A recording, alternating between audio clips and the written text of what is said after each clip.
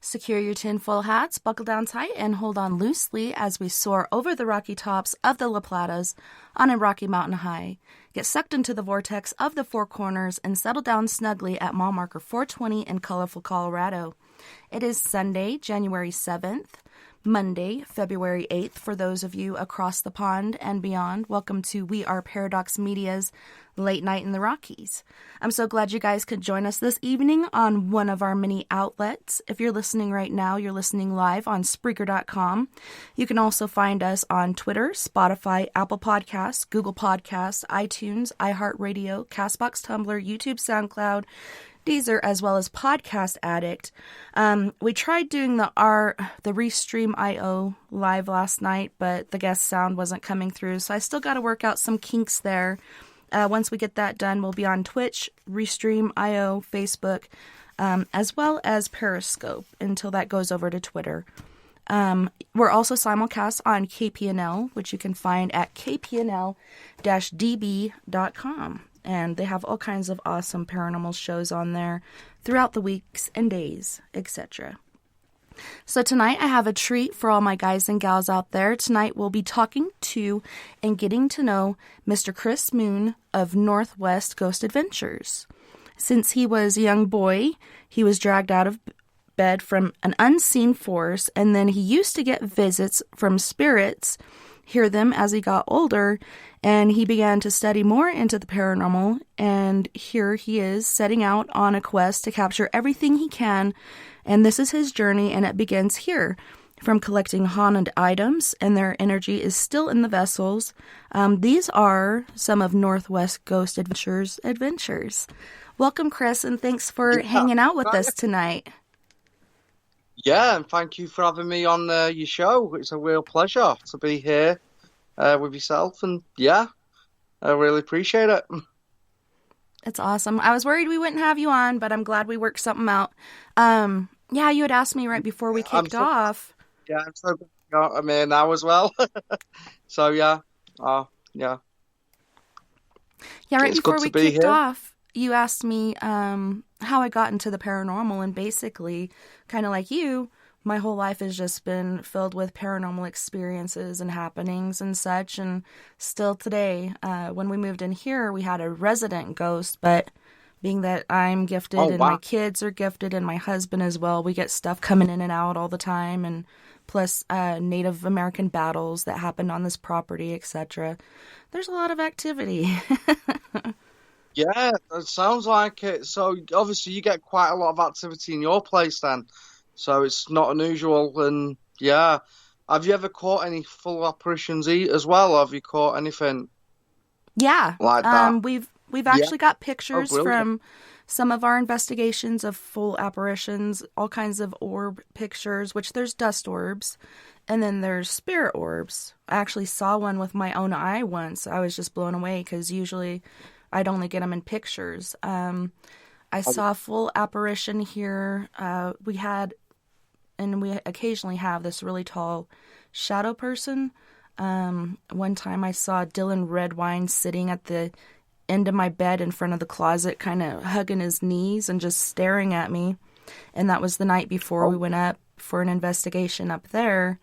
I saw my mentor cat. She appeared the evening that she passed away, and it was the most amazing apparition I had ever seen. She even had the whole full aura and everything going on, and all her hair back, and she was just smiling and looked so happy and healthy. So that was really cool. We've seen all kinds of different things around here. Yeah, that's good as well. Yeah. It's absolutely brilliant when you've actually captured something actually on film as well, that, and that the unexplained. It's like, that's when it's like, it's more fascinating than anything when you've actually got that proof to have it to, show people, and it's just absolutely awesome. And yeah, to validate it. So it's really, really cool when that happens. For sure. So can you tell us how your whole paranormal life began? Tell us some of your stories that you experienced as a young lad. Right. Well, it all started when I was about 5-year-old when I was in, went to bed, as you do when you were a child. And, this monk who's still with me today and who has been seen on my live stream sometimes. And, he's the one who actually pulled me out of bed when I was 5-year-old. And, he turned around and he was like saying something from my previous life, that I was a dark magician or something, and he's been sent to this life to still watch over me and stuff like that, some crazy stuff. But I've always had that connection with spirits, and I've been able to see them and stuff like that and feel them. Only when they tell me to, though. You know what I mean? It's like, for instance, when I was a child, my parents end up getting this bathtub, and anyway, they got. I don't know where they got it from. Obviously, I don't think it was from a shop or something. They've got it from somewhere else, and they brought it in and fitted it in the house and everything like you do. And anyway, as soon as it come in, I was about 6, 7 at the time, and there was this woman in the bath I saw quite, it was scared the hell out of me. I'm not gonna lie. And she was literally in the bathtub with her arms all cut, blood everywhere. And the water was covered in blood, and I started screaming. I couldn't understand, why I was seeing this, and she didn't say nothing to me at that point. And that's what made it even more frightening. She was just literally staring at me and just, covered in the blood. And then another time, but about 5 days later, I end up seeing her again. And again, my parents didn't believe me. They were like saying I was crazy or, something. It's not real. I'm just having hallucinations or something. I was like, I'm not, this is happening. This is what I'm seeing, and trying to explain to them. And they couldn't understand it. So anyway, 5 days later was it happened again. This time was different. She was in the bathtub, and obviously the same blood stains everywhere on her arms, the bathtub, and filled up with, blood again. And, she turned around and said, that she wanted help, to find, her husband. Now, this is where it gets quite interesting, because her husband apparently, died in the actual war, and she felt she's never going to see him again. I think she must have got is sort of depressed, thinking about that, and she ended up taking her own life in the bathtub. And and she was like trying to find. She was like, and I was like, and trying to comfort someone, who's not there and who I could see. And and she never did find him. I don't think. She was like, because what I believe that, researching it now, from this, I think, when someone actually takes their own life, that they can't actually move on. They get stuck in a sort of cycle where it's like limbo, and so all that does, it keeps replaying over and over again, which is really, really sad. But this is what I feel that happens when so someone did take their life. Then I believe that's what happens on that. That's my belief, though. On that. But yeah, that's the one of them. But like I say, I kept seeing her and all the time, and then sometimes afterwards, she used to show me when she wasn't like covered in blood and stuff. She'd get up and she'd walk around the house and literally see her around the house and everywhere. Yeah. But I think I did tell her that it scared me seeing her like that, and she didn't seem to do that then. And so yeah, so that was pretty freaky.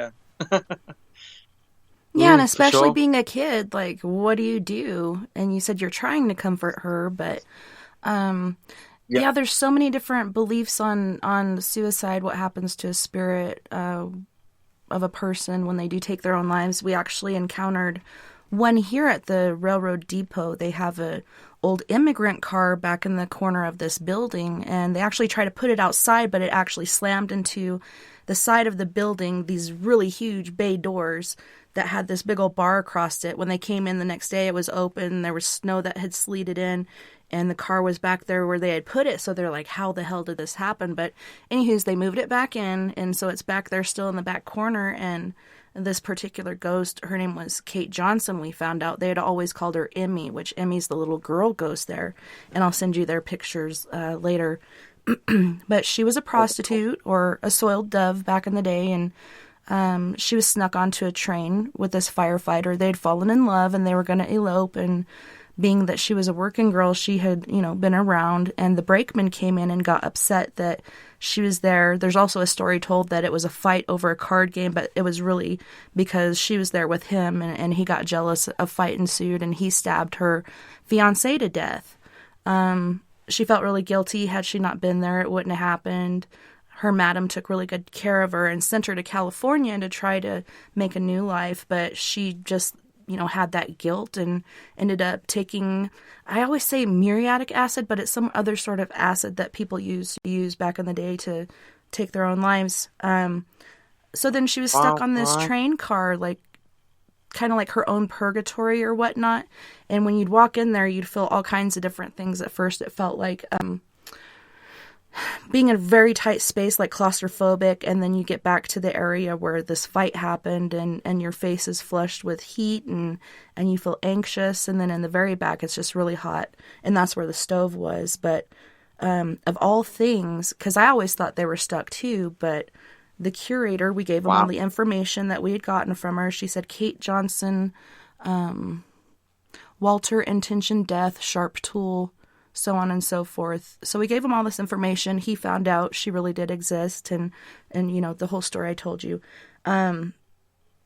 This Catholic school class came in, and he was giving a tour, and he was going to tell them parts of the story, but he ended up telling them the whole story. And as he's walking off the train, he thinks they're following him, because you know how they like buckle back and forth.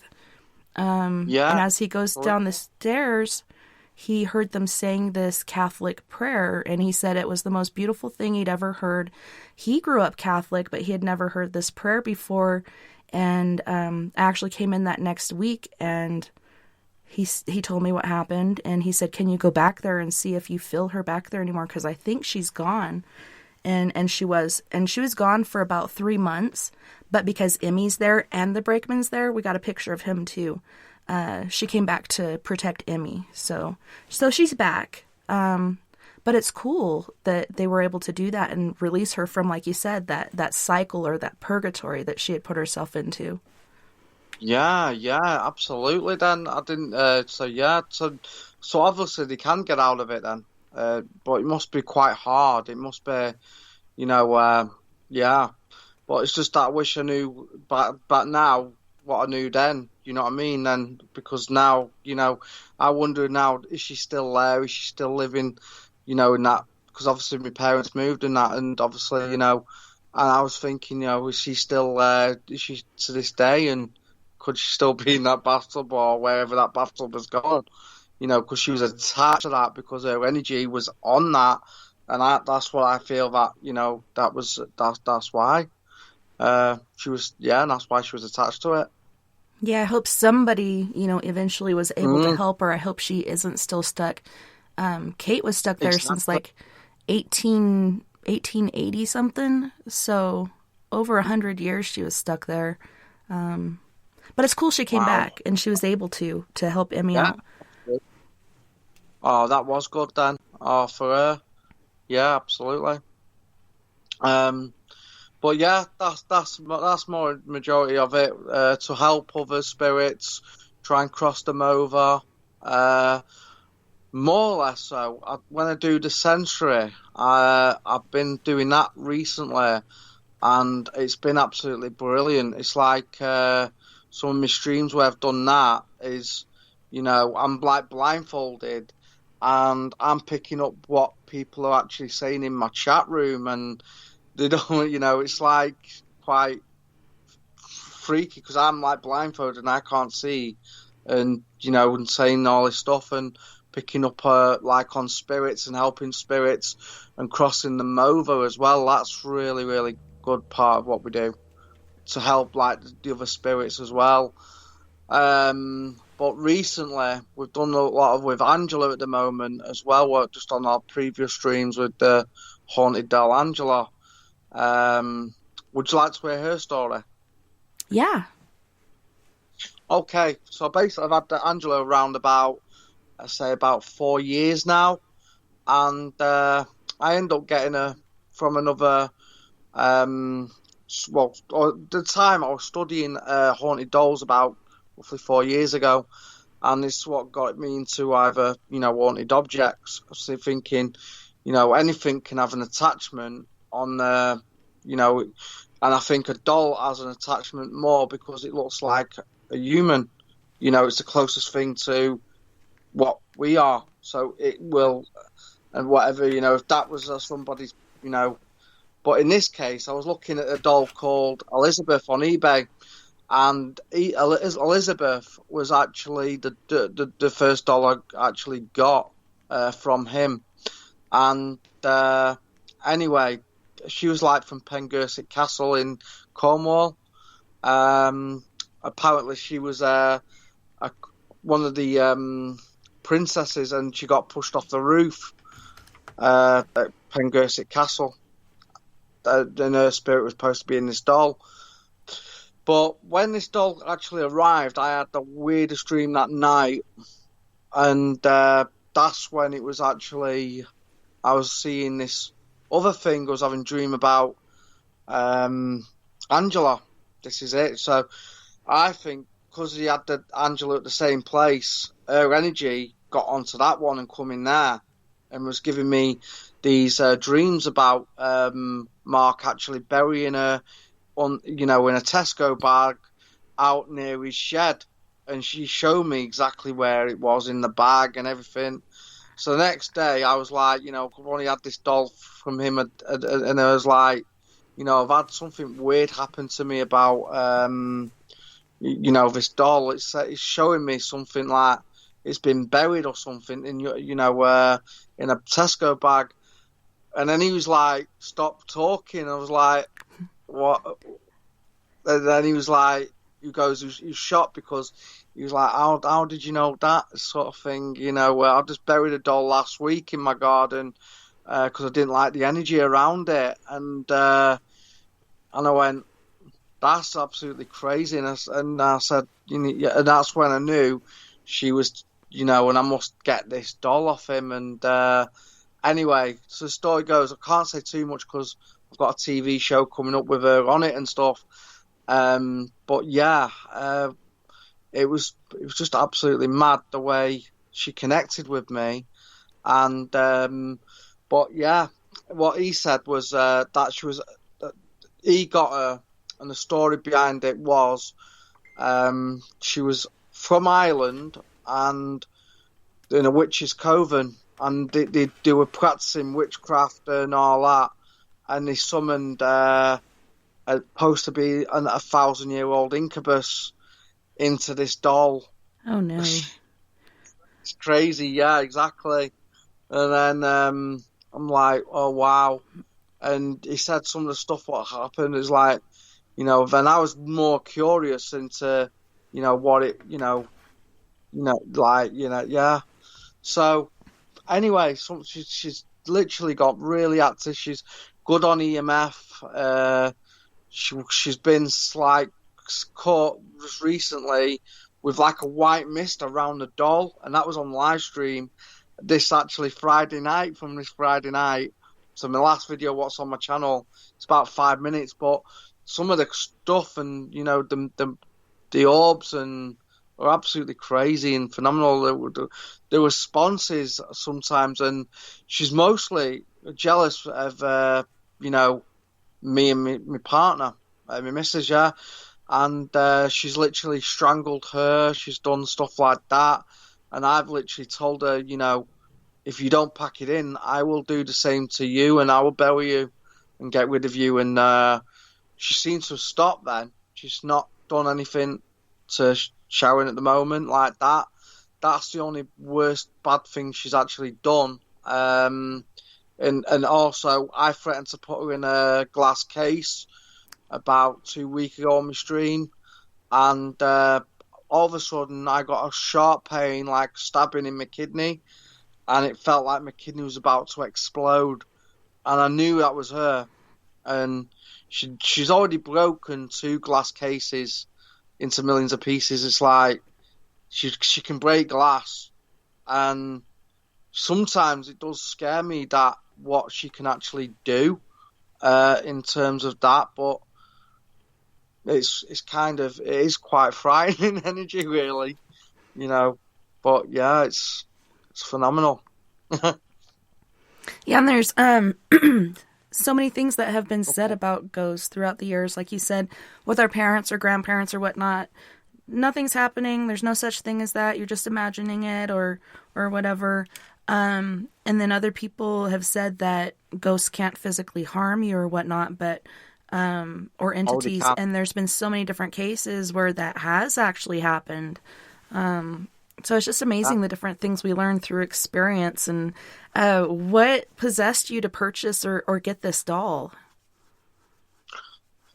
Only because that she's shown herself to me and all that. Then obviously I was more, curious then to get the doll, and that was it. And anyway, I made a deal with him, negotiated with him to get this doll at the time. And while investigating her, she turned round and she said on the ghost box, clear as day, she went, "I'm going to kill you if you end up sending any more money to Mark." And then I was literally put in a position where this doll, still scares me to this day what it can actually do. And I was quite threatened by that. And I told him, and he was like really shocked, when he goes, "I told you something about that doll," and, he didn't like it and stuff like that. And then he started to notice times while I had the doll, he would say that I would come across more obsessed about the doll. So it's that was a quite thing, because as I was studying it, I did notice myself quite a few times, and I'd like snap out or something, and I'm like still looking at the doll in its eyes and stuff, and it's like the doll's got like enticing eyes, and you just can't stop looking at them once you start looking at them. And now that's quite the scary thing, because they say don't need like your eyes are your windows to your soul, and it was like so just like trying to. But then that's when I had to do more on my faith and my belief in God, and I was praying more to God and telling him to protect me against this evil, because I knew that that's when it was evil, because the way the obsession started with the doll. And that's when now, even when I mention it about Jesus, it doesn't like it. It hates that. And, it's quite frightening, really, sometimes. But I try not to show it. But, because that feeds it even more, the fear, that sense gives, because evil spirits feed on fear. That's what feeds them. And, yeah. Well, yeah, and they can also cause contention and fights, and it loves that sort of negative energy. So fear, anger, frustration, depression, like anything that it could do that is negative, that it can feed off of, like you said, it just loves it. It does, and that's what drives it. And we've proven it once. We literally pretended to have, as you do, an argument sort of thing. We planned that, me and my missus, and I said, now watch. I said, then the meters all went off, and it was like absorbing it. It was absorbing that energy, and then 2 minutes later, 3 minutes later, boom, beep, beep, beep, beep, all the meters went off, and it's like, wow. She's thrown things. She's thrown vases. She's done quite a lot of stuff.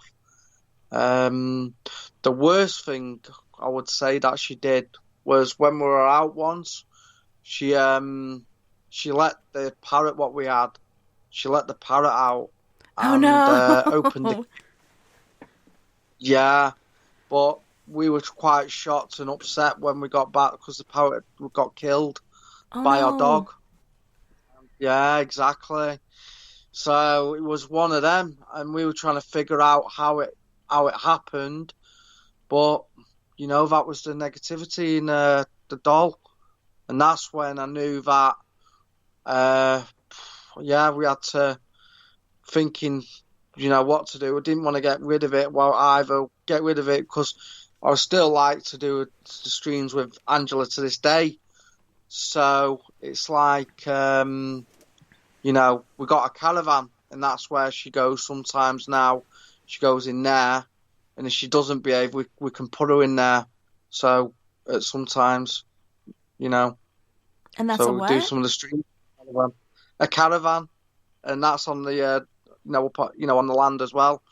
So I do more of the stuff like in there, so it's not like, in the house sort of thing as well. Because there's only so much I like to do in the house, but there I can do like more with her and see what happens in there.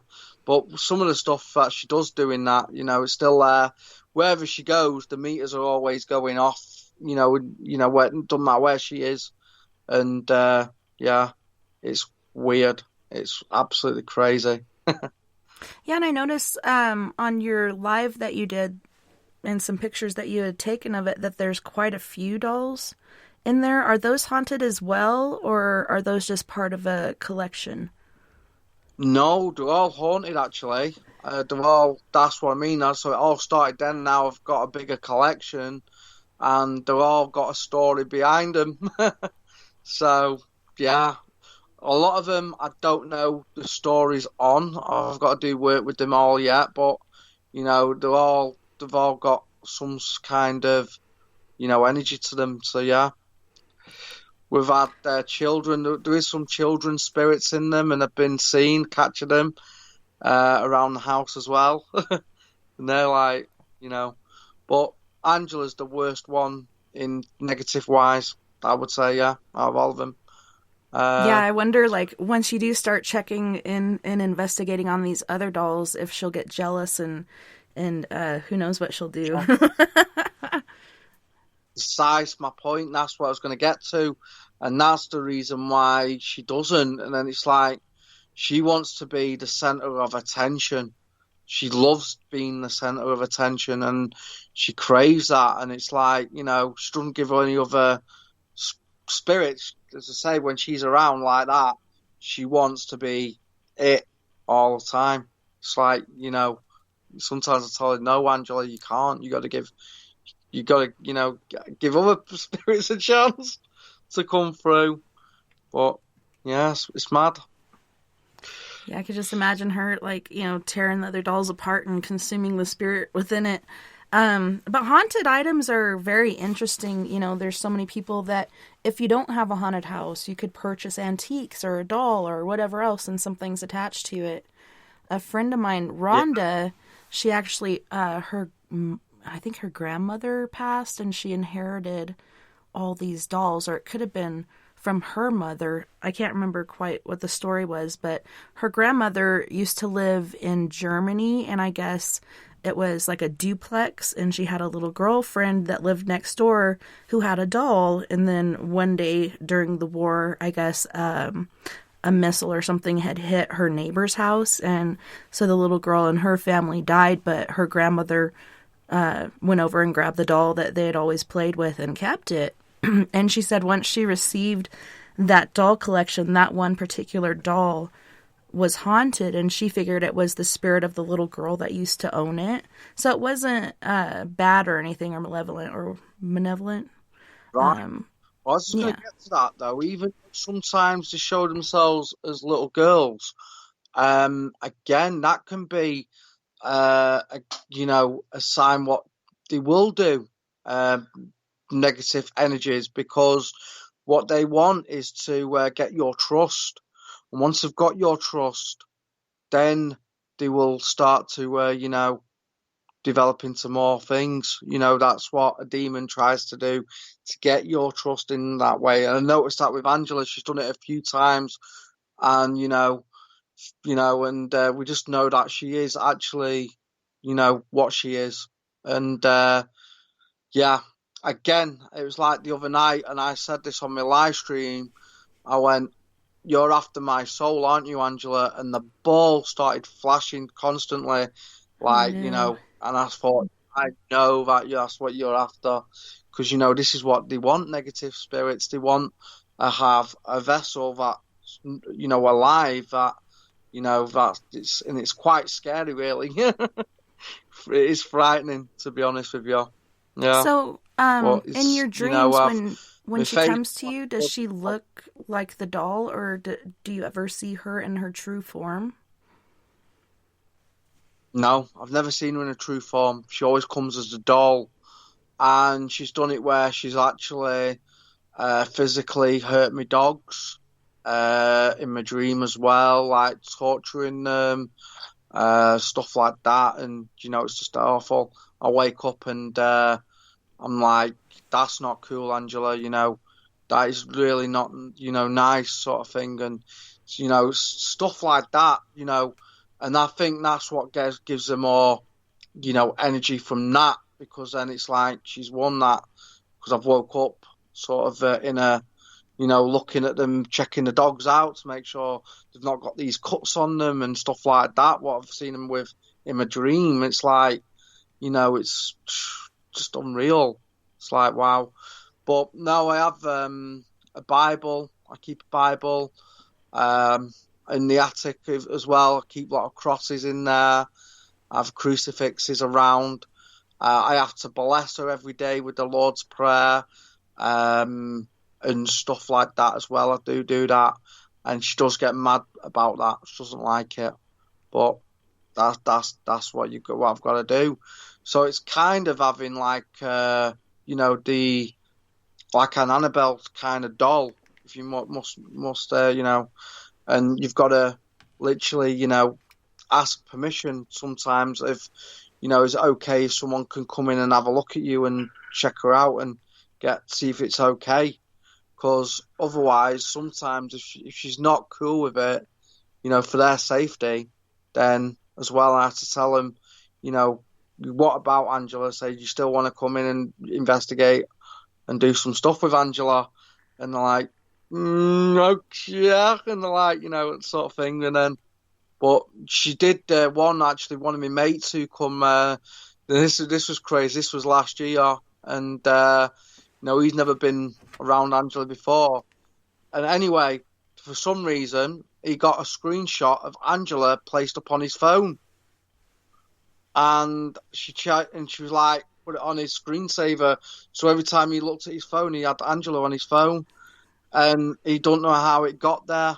And he literally said to me, he goes, "Your doll is freaking." I went, "Now you know, now you believe in it." So then it's more evidence and validation now, and I'm like, and yeah. But the worst one was when all the viewers challenged Sharon to actually sleep in the caravan for the night. I thought it wasn't a good idea, at the time. I thought, I don't know, but went with it, thinking, because obviously what she's done to Sharon, and obviously she's an incubus demon, so it's a male demon, isn't it? And it likes to, try and have intercourse with, the women. So anyway, she did that, and what was scary that night, and I started, because I was like monitoring from inside the house, watching it all night, and Anyway, I saw something on the camera that wasn't right, and there was like a white light in one of the videos on the live stream, and it was coming down like that, and it was coming down like dead slow. So I tried to ring Sharon up. I tried to ring her on the phone, couldn't get it, wake her up. Uh, but yeah, I went even down. I went down trying to open the caravan door, but what was weird was it locked me completely out. It locked me from, I had the keys, but it put the catch on inside and locked it from inside. So she was stuck in the caravan and I couldn't get in. The windows were all shut. So I was trying to wake her and she wouldn't wake up. That was the weird thing. Even though I was banging on the door, she wouldn't wake up. Nothing. And, all the viewers were getting, it's like, thinking, yeah, and this thing was like coming down and stuff. And, oh, it's mad. It's crazy. So did she have like any residual effects from that, or does she remember anything or have any weird dreams while all this was happening? She can't remember. It's like she was, put in a state kind of mind, and she just can't remember nothing. But the meters were even going off at the side of her as well, and that was even, that I knew she was up to something. So, yeah. Man, that had to be scary. Exactly. Yeah. Yeah. And it's actually in a magazine. It got done, actually. It was in the Fate and Fortune magazine. I don't know if you get that over in your country. What is it called again? The Fate and Fortune magazine. I think so. I'm And not sure.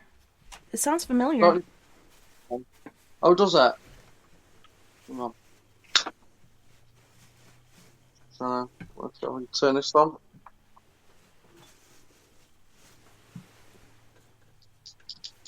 How do you turn this on? Just like. Spare me a minute. I'll try and get some proper lighting in here as well. Okay. Well, while you're doing that, I can play a couple of these that you had sent. This first one is a 48-second clip. And was this from your live on Friday, or? It all depends which one it was. Which one would it be? Okay. I'm not sure, but I'm going to play it really quick, and then you can tell us. Okay, then. Good evening, good evening.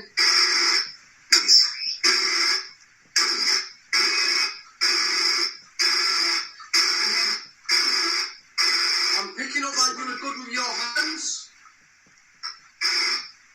Whoa, look at that, guys. Dave, wow, Dave, welcome. Wow, Dave.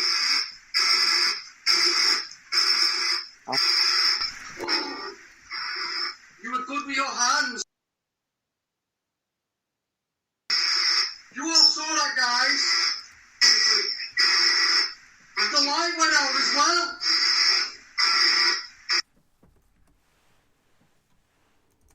Yeah, that was when, I think that was from about last Fridays.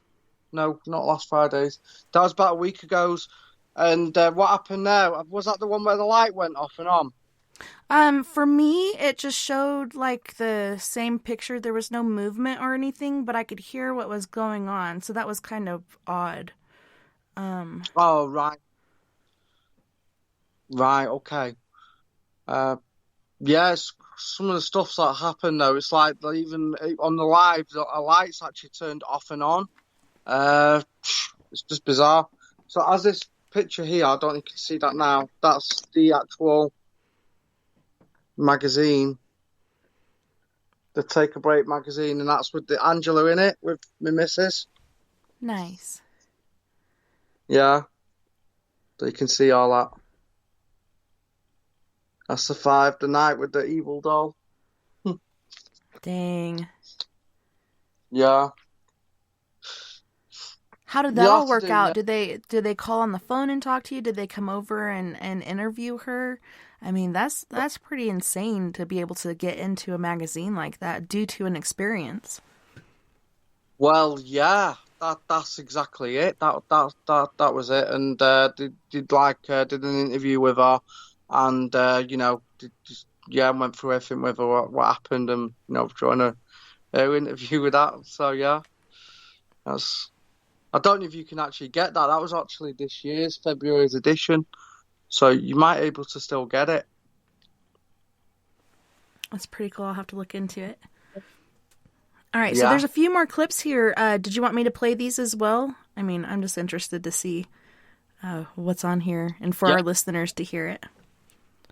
Yeah. All right. So this one's 1 minute and 53 seconds, and this looks like you're in the same area, basically.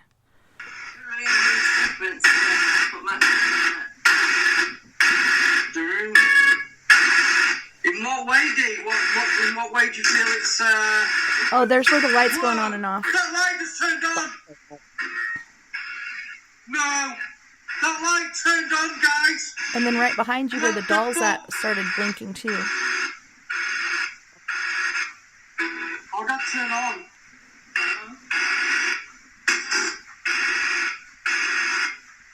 Wow, it's gone off! Wow! Wow!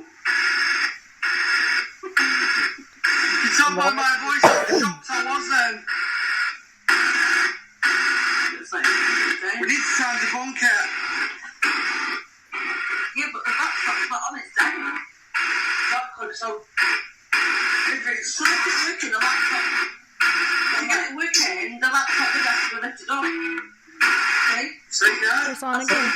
The laptop lid has to be lifted up.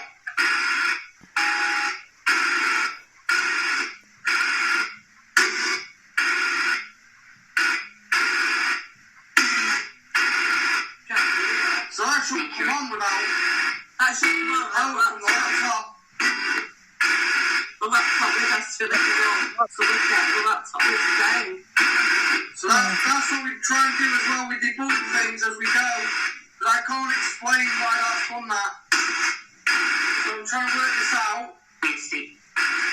So that's off. That's on.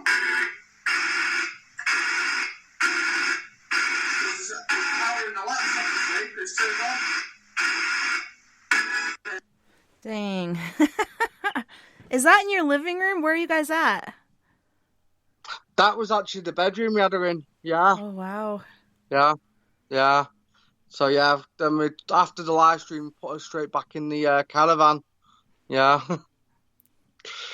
But yeah, that's it.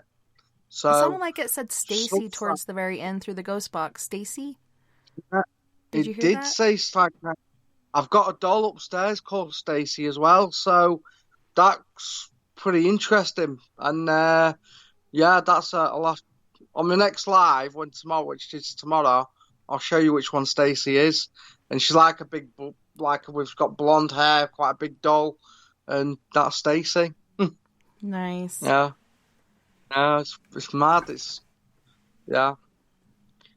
But that's like, you can't explain that when that happens, and on a live stream as well. It's like, that's even more validation, because it's live. Yeah, you can't, do cutting and pasting and whatever else. This is live and people are actually watching it. That's insane. Exactly, that's it. No, so that's how we do all our streams like that anyway, live. On Mondays and Fridays at 9 p.m. UK time. Yeah. Okay, and where can our listeners find your page or your channel? It's on YouTube. Yeah, on YouTube. And it's Northwest under... Ghost Adventures. Okay. Northwest Ghost Adventures. And then you guys are on Facebook as well, right? Yeah, I'm pretty sure I'm subscribed to that. Yeah. Then we're on Facebook as well, on Northwest Ghost Adventures on there. And we do have the community, which one you're in as well. Yeah. Yeah. There's a lot of interesting people in there. I think Angel said she'd be able to come in after Your part. Let me double check that. Amy. Sorry. Angel. Amy. Angel's the doll, right? We don't want that. No, Angel's actually in there. She's another one, another admin in the group. Yeah. Oh, yeah. No, Angela's the doll. Angela. Okay. Had it partially Angela. right. Yeah. Oh, yeah. Because Amy's been watching the streams since, she's seen everything what's happened, and yeah, she's been like a long time, member of Northwest, and yeah, so like one of the long time viewers watching. So when did you guys start Northwest Ghost Adventures?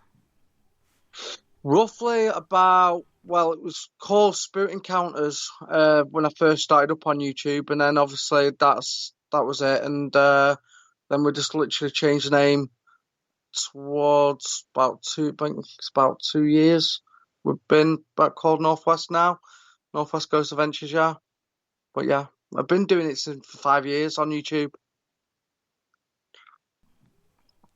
Yeah, it's with COVID and everything, it's really put a damper on, like, for us doing house cleansings and investigations and such like that. But I mean, you guys got all those dolls there and so many things that you could still be doing. It's pretty cool. Exactly, that's it. So that's one good thing about it. It's like, but we're ready to start up when lockdown's finished and going back out doing the investigations, in abandoned places and urban exploring, and yeah, doing ghost, our creepy paranormal stuff there, and helping the other spirits cross over.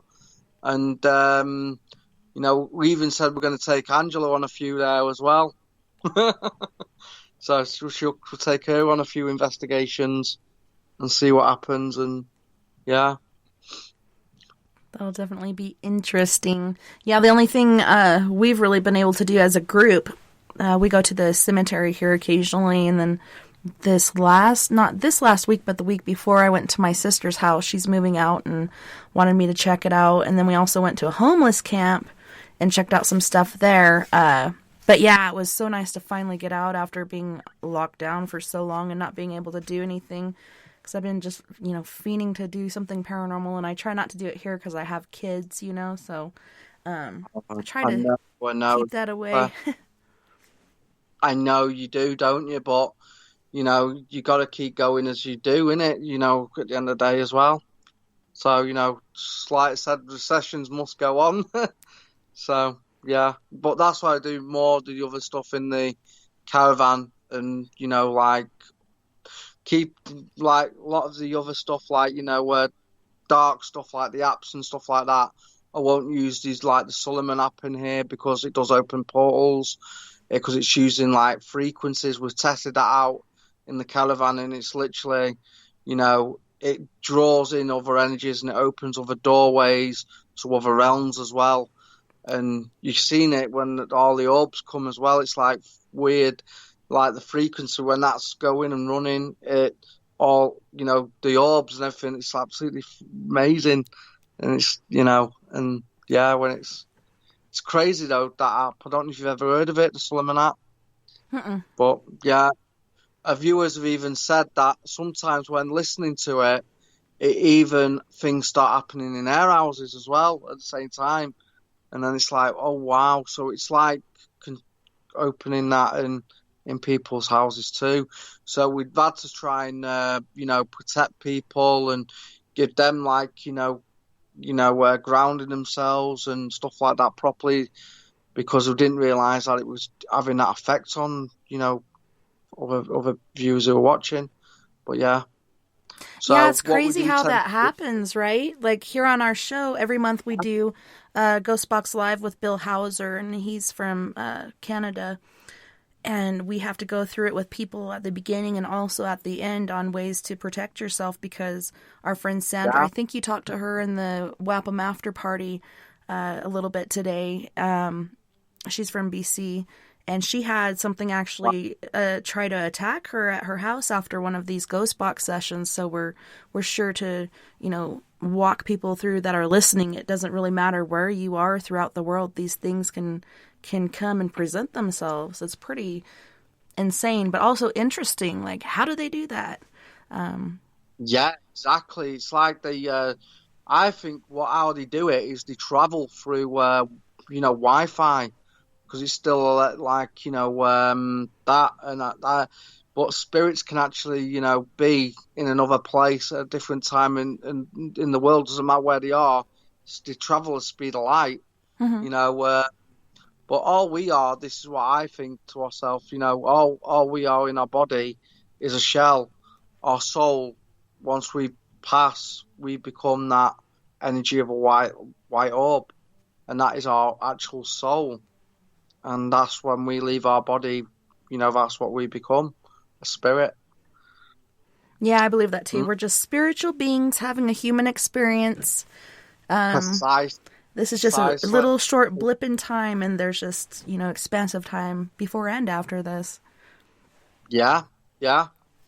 And then, I think that's it. And then I believe that, we go, we get reborn again and stuff like that. And yeah, like the Indians, that's what I believe in.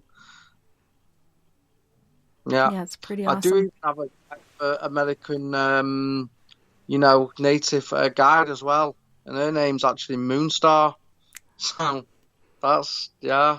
So, That's super cool. So when you guys are at home and you're doing these lives with your dolls and stuff, are there any sort of protections or precautions or whatnot that you do use to protect yourselves during these sessions?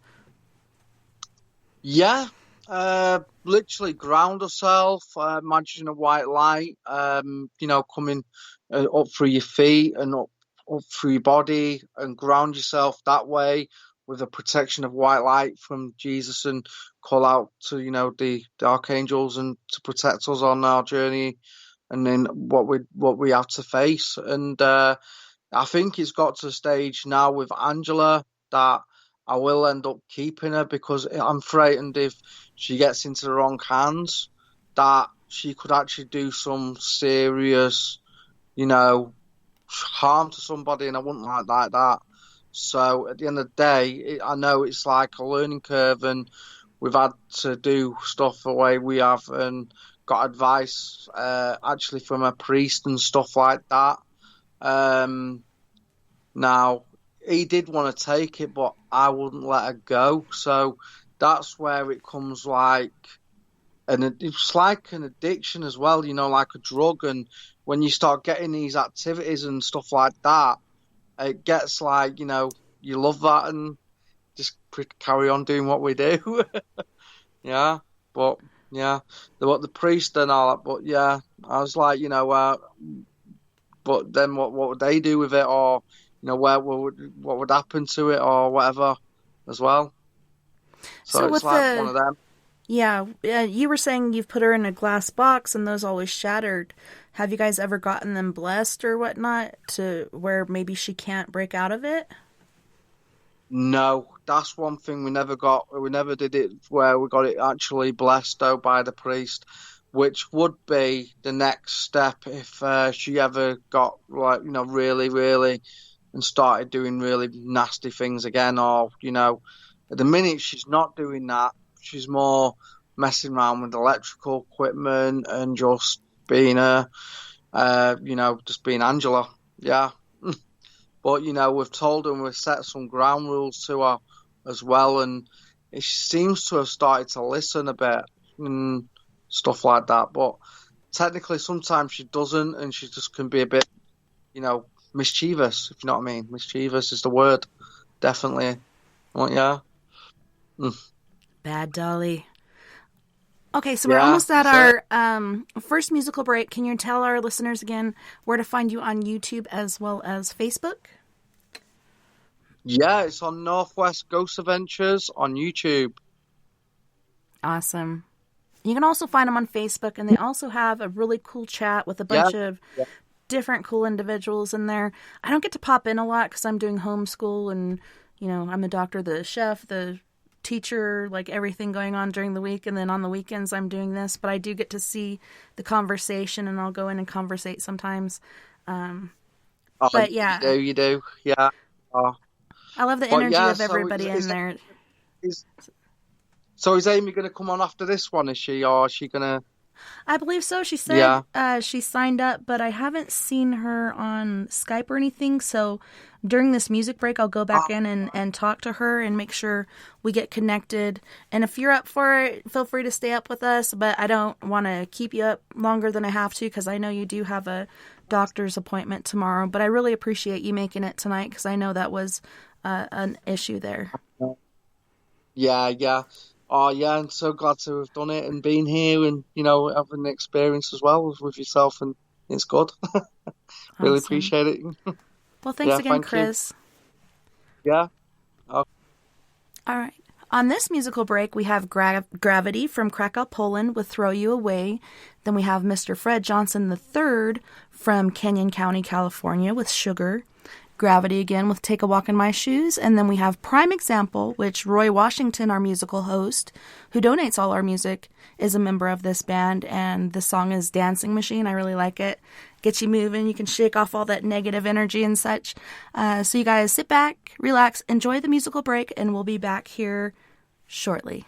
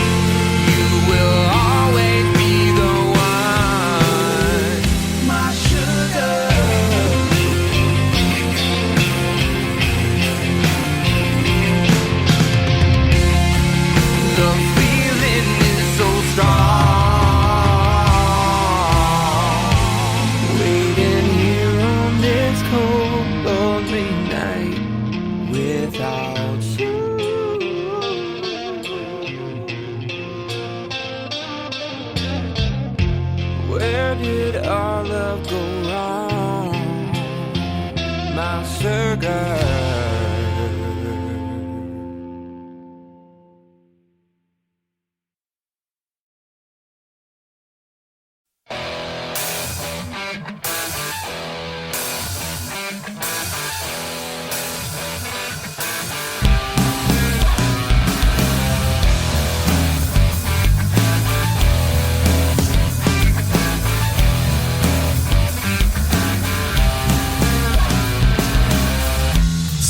Down the street, thinking all the things you said you need.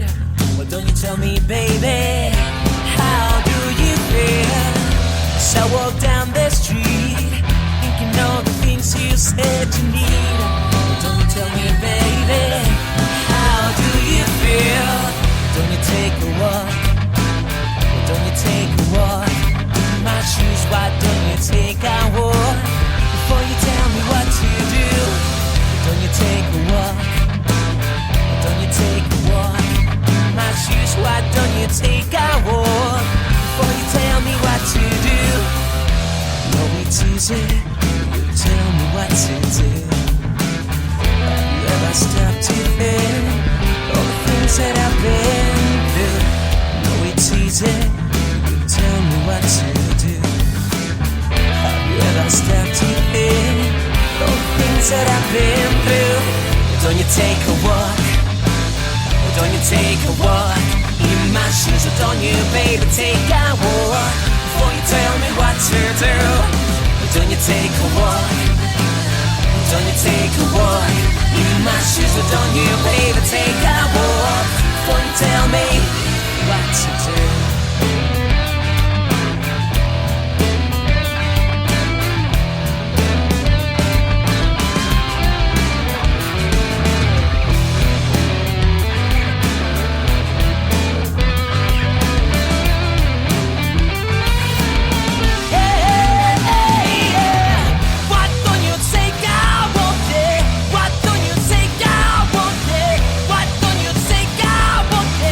Before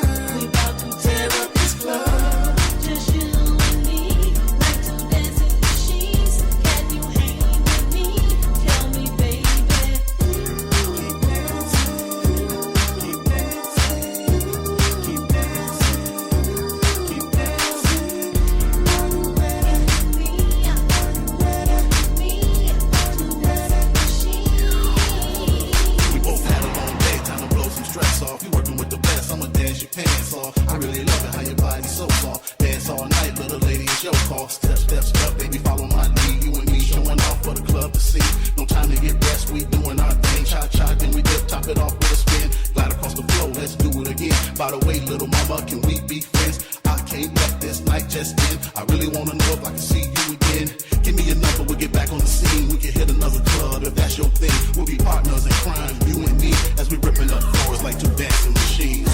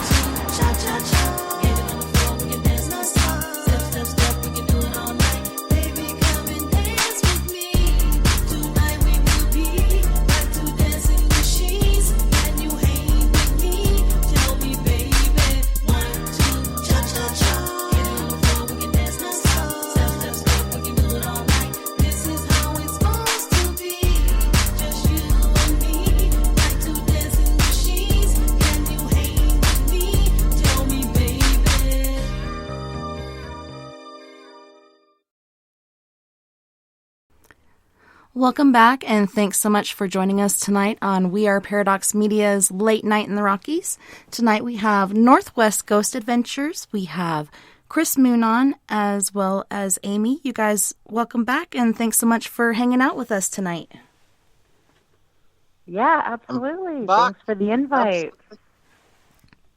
Yeah, it's funny. We kind of got our wires crossed, and I thought you were coming on, and you're like, "Oh, I thought there was a live stream from the attic," but I'm glad you called because I was like, "Man, yeah.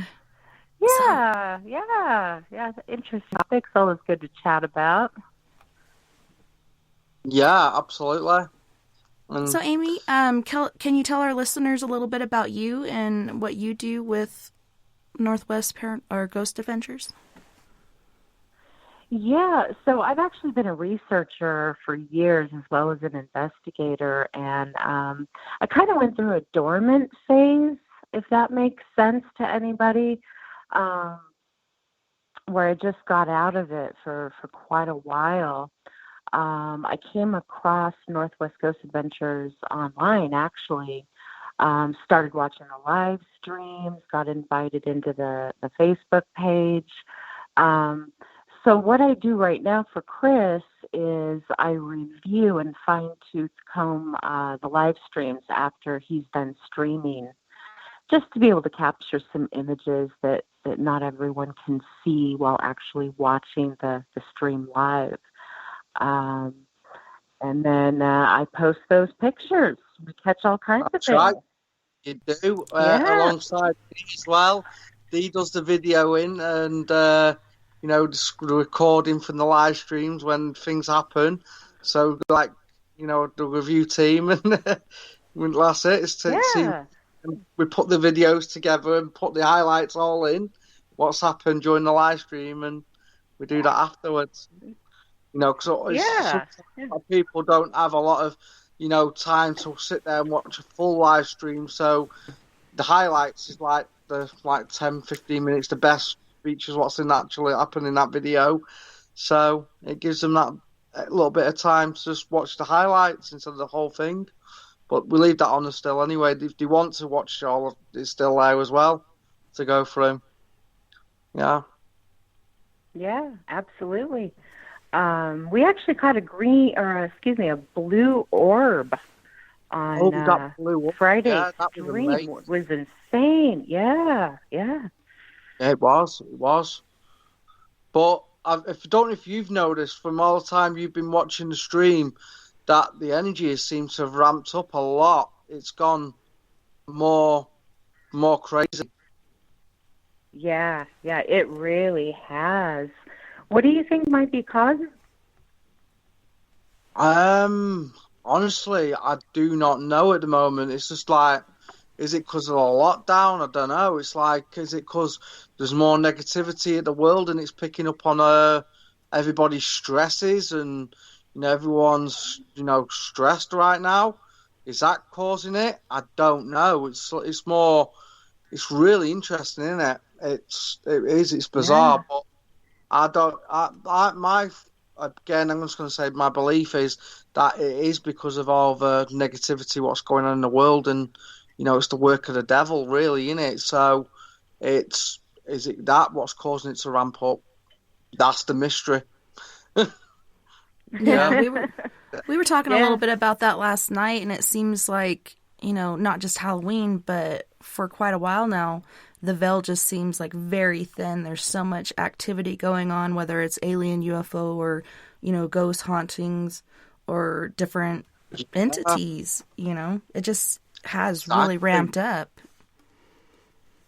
So it's everywhere Absolutely. then. It's not just everywhere, so it's everywhere then. Wow. So yeah, that's interesting, isn't it then? It's funny you said the UFO activities. I've actually chatted with 3 or 4 people within the past week that are spotting all kinds of strange things and lights in the sky, definitely not drones and planes. So something's going on out there. Mm-hmm. Yeah, that's it. We've actually seen some weird stuff in the sky as well recently, and what it was, this was during the day as well, and it was like no drone or anything like that. And me and Shaz saw it, and it was like a disc, spinning in the sky. It was like that, but it was black, like a dustbin lid. That's the best way to describe it, as a dustbin lid like that, and it just started going dead slow, and then it just shot right across the sky, and it was never to be seen again. It was like that was couldn't work that out, and it was like, wow, I've never seen nothing like that before in my life. Wow, that's crazy. I know. Yeah. But I know Shaz was like trying to get a phone and out, because I didn't have my phone on me at the time, and Shaz was trying to get that, but even it was just too quick for her to get it. It's like, no. It's like it was gone. But yeah, it's exactly. definitely something going on now. It's literally ramped up very, it's weird. Have you noticed that Angela's activity has ramped up since you've brought in Billy, the other dog? Oh. Yes. Yeah, there's 2 of them now. Yeah. Obviously, that's a good thing I didn't touch on. So obviously, I tried to, just thought I'll get just one of these dolls made like Angela, So I gave him the picture to this artist and said, "Can you create this doll to look like that?" And do I like asking, "Why do you want that for?" And I'm like, "Well, good question. I've got a haunted doll named Angela, and I just want to see if, what she'll like, if some, another doll tries to take her place, is it going to cause that kind of, jealousy sort of thing?" And I think it has, Right. and I think that is another good point, what you just made there, Amy, that, could it be the actual Billy doll that's doing it as well? It very well could be. I actually took a screenshot of Billy and Angela side by side the other night on the Friday stream, and there was just this huge mist that engulfed the both of them. Yeah, that's right. It was, and it was like surrounding them. It was like really like it was. Yeah, like a white mist is to describe it. What it was. It was, yeah. Yeah. Crazy. It really was, yeah. It was, yeah. Yeah. And the size of the orbs we were getting on Friday, it was unbelievable. Huge, huge orbs. I know. They were. Looked like footballs, didn't they, at one point? Like... They did. One near Shazzy's head as well. It was like, oh my God, that was just crazy. And, yeah, when you sent me that one, I was like, wow. Yeah. But I did seem a lot drained after that stream, and I just literally ended up not falling asleep nearly after that. So hard. You get so amped up from all the energy and everything. It's hard to come down from that for a while and get some good rest.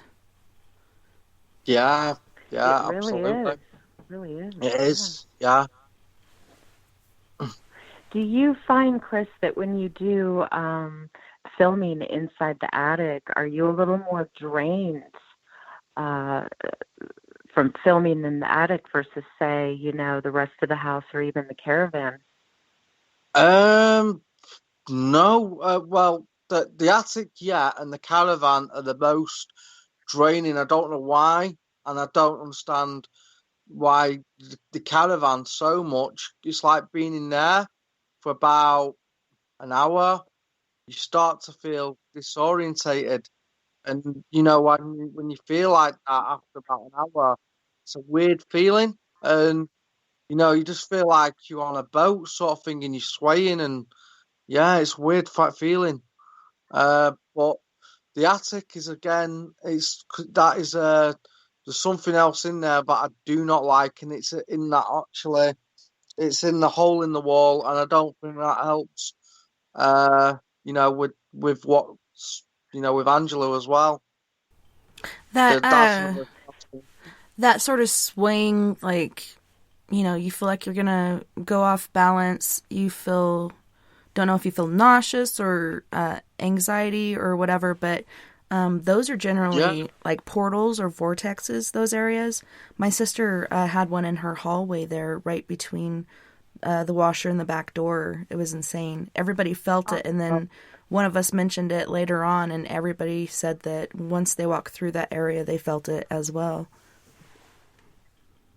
Wow, so that's what that is then. So there we go. There's the answer. Then that's the vortex and the energy.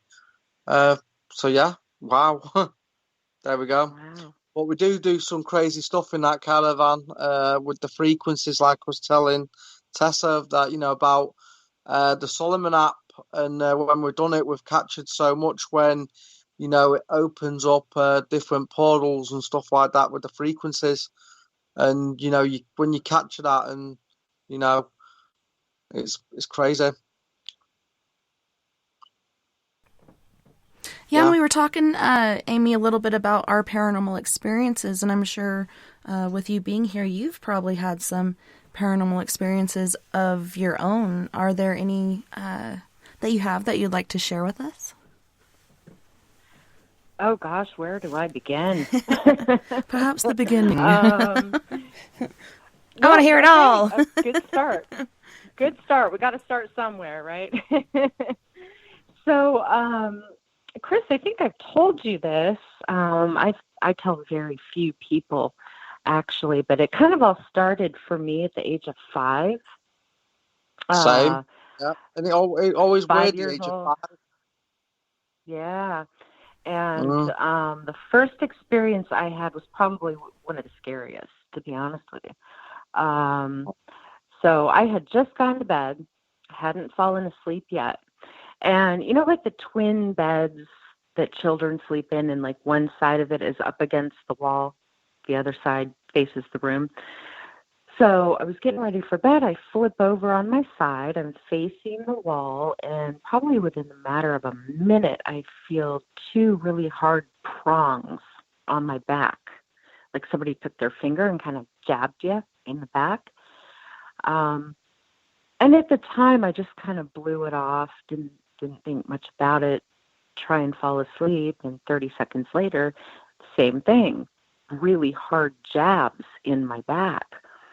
And, Wow. Even at 5 years old, even at that age, I'm thinking in my head, I just knew it was something.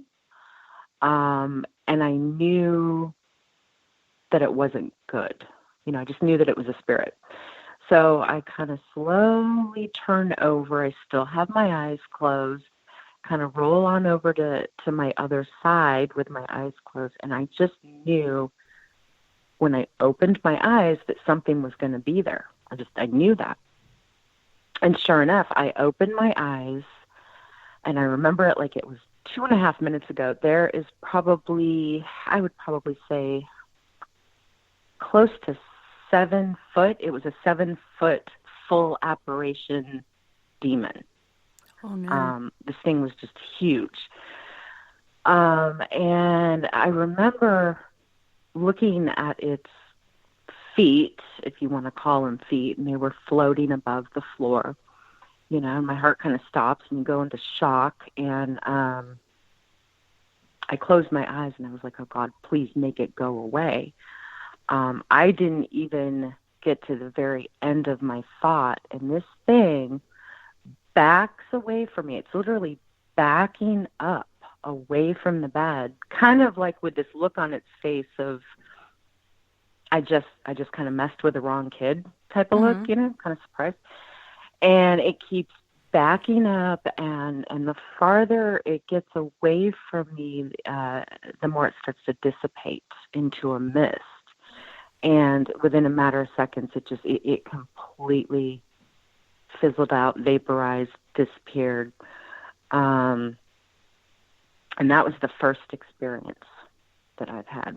And it was probably the most intense. Yeah. So you said he was a demon apparition. I don't know. I had an experience when I was glowing, 5, almost Remember 6. his face at all? His face was That's like... what I'm wondering, and what he was wearing. So it was green. Oh, wow. A type of green that... See, I know this is going to sound really weird, but it's hard to describe what color of green it was, because I haven't seen a green in this world that describes that color, if that makes sense. Like a reptilian? Kind of like that color. Yeah, like in images. It had... oh, God, it was just hideous looking. The face was very, very, very long. The eyes were 2 black holes, and the eyes were like, it was almost a blackness within a blackness. Yeah, darker than dark. Yeah.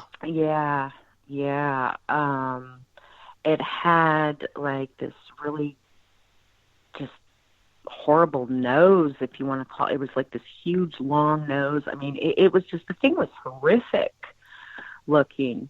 Wow. Now, back then at the age of 5, I had no clue as to what, you know, a demon was. I knew that I had seen like a ghost spirit, but it wasn't until years and years and years later that I knew it was an inhuman apparition. Precisely. You know, that's it, isn't it? Ooh.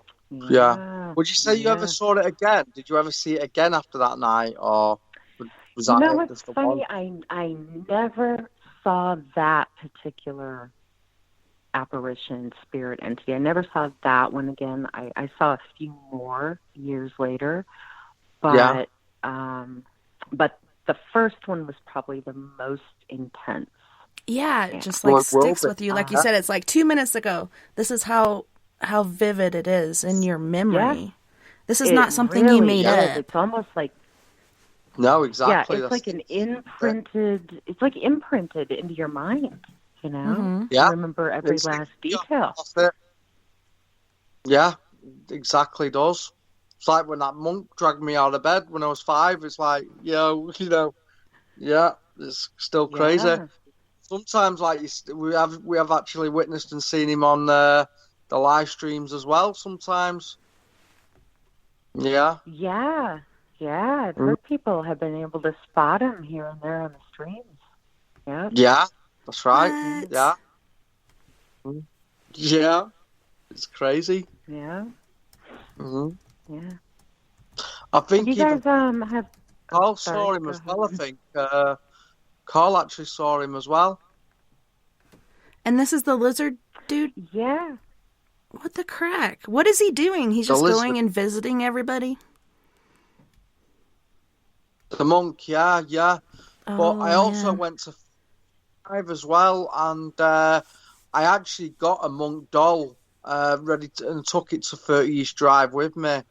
And I even did say to Fred, and you know, I said to him, like in the call room, I said, if you feel that you want to attach your energy onto this doll, you may do so, and come back with me if you want. And, you know, and ever since then, you know, I wouldn't say he probably stays all the time, but he comes and passes through, you know, through that doll, and sometimes and goes back there and comes back and forth. But yeah, I feel that he did attach onto that doll as well. It's weird. So it's just an experiment I tried in that place. But yeah, and it is kind of strange. So that then it could be that monk as well. What people are seeing, could it be Fred or my Frederick? And because that was his name, my monk who I saw called Frederick. Yeah. So what was your question, Amy? Wow. Oh, I was just going to ask if either one of you, what's your take on sleep paralysis, and has anyone experienced that? Yeah. I had it twice. Once was when I was in MRP, which is the Marine Rehabilitation Platoon. Basically, we're a bunch of broken Marines in one way or another, and it was during Hurricane Bonnie. And so we had to put boards over the windows, and we were all locked down in our barracks. And we actually got this Ouija board from the male platoon from this private called Black. He actually died in a field operation. He got run over by a tank, but he had a Ouija board, and we were passing it back and forth. And, I was baptized at 7 into the LDS church and was always told Dungeons and Dragons and Ouija boards are evil and never mess with those things. Well, I love Dungeons and Dragons, and I tried the Ouija board this once. Well, I watched these girls for a while using it and seeing how everything goes, making sure nobody's getting possessed or whatnot, and they're like, well, you want to try it? And I'm like, sure. So I get on there and asked to talk to my mom. And it said no. And I was like, well, fuck you then. I'm going to go take a shower and you guys have fun with this. So I went and took a shower and came back out, and then it was on my rack. And so I'm like, I didn't know the rules. Okay, you're not supposed to do it alone, all these other things. I get on there, and this thing just starts going off. Like, it just keeps going faster and faster and faster. And it says, tell Gary, Greg, Kathy, John, your dad, I'm okay, everything's okay. And she told me so many different things, and I was just like blown away. Like, she could be anywhere she wants, anytime she wants, and she's happy, she's free, and she's there for me whenever. Like, she can be omnipresent or whatnot, and she can fly and, do an astral hop or whatever. So I was all excited, and I went and called my dad the next day. Dad, I talked to Mom, and it was so awesome. Last time I talked to her was in a dream shortly after she passed away. But he really stomped on my excitement, because he's like, that could have been your mom, or that could have been something else trying to be your mom. But I think all the details that she told me and all the different things, like, I felt like it was her. But it was shortly after that I had my first sleep paralysis. And this one particular day I was really tired and felt like laying down to take a nap, which goes against everything I believe. Like, I don't want to miss anything, so I don't take naps. And the sergeant called us to line up for chow. And I can hear and see everyone running past me from the head and from the racks and whatever. And I can't move. And no matter how hard I struggled or tried to move, I couldn't move. Shortly before that, I had a really weird dream where I was going into the bathroom. There were these guys in there remodeling, and I was flirting with them and stuff. But I felt like I was really drunk. I was having to hold myself up on things. So this could have been something demonic, or it could have been I accidentally astral projected, which I don't like to do because there's been things after me my whole life. So I'm like, if I leave and come back and there's something in there and I can't get back in, like, I'm screwed. So I don't try to do that. Yeah, exactly. But I think I accidentally did this one day. Yeah. The second time it happened was something either alien or demonic. Again, taking a nap. I was just about to drift off. There's no windows in this room. We're actually in the band house because my husband's in a band. And start to drift off, and I see this figure that is darker than the dark. And he starts talking to me telepathically, and he says, I I will have you. And I was like, no, you won't, telepathically. And he just laughed. And at that point when he did, it was kind of like aliens, their sharp teeth. It was like sharp teeth like that, glowing, and you could see like just the saliva dripping off of it. And he laughed, then he leaned down and kissed me. And when he did it, sent a shock through my canines up into my head and down through my feet. And at that point, I could move my feet. So I just started frantically kicking my feet. And my husband woke up and saw this thing and like grabbed me and pulled me towards him. So, yeah. The next day going to work, I was looking in my rearview mirror thinking this thing was in my back seat or attached to my car or something. But I never saw him again. But that's the only other time I had sleep paralysis. So I'm not buying the whole, you know, dream or sleep thing. I totally agree with you, because again I got that as well, going back now thinking about it, when I first got Angela, and I was just literally you know, sleeping, and then you know, as you do, you're really tired and you just go to sleep, and you're like, then I can't think where anyone was. I don't think no one was in the house at the time. And anyway, yeah, I just remember being held down, and my eyes were open. I couldn't move. I was like frozen to the bed, like, you know, and it's like being like stuck like that, and you can't try to, you know, move your hands, your feet, or anything. And it was just like something was looking, you know, in a figure. I saw this dark figure over me, and it was like holding me down. And I just literally started praying to God, you know, can you please take this thing away? And I opened my eyes, it was gone. It was okay. So I do think this sleep paralysis is definitely demonic forces, you know, doing what they do, and you know, and this is where, you know, they're trying to, you know, get your fear, and this is where I think this is where they get the energy from and stuff like that, from when they scare you like this, because that's what's feeding them as well. So yeah, I totally do believe that, you know, it's not a medical history of that, it's demonics. What about you, Amy? Yeah, I absolutely. You know, I actually had an episode, it wasn't that long ago, I would say probably within the past year and a half. Oh, wow. Wow. Yeah.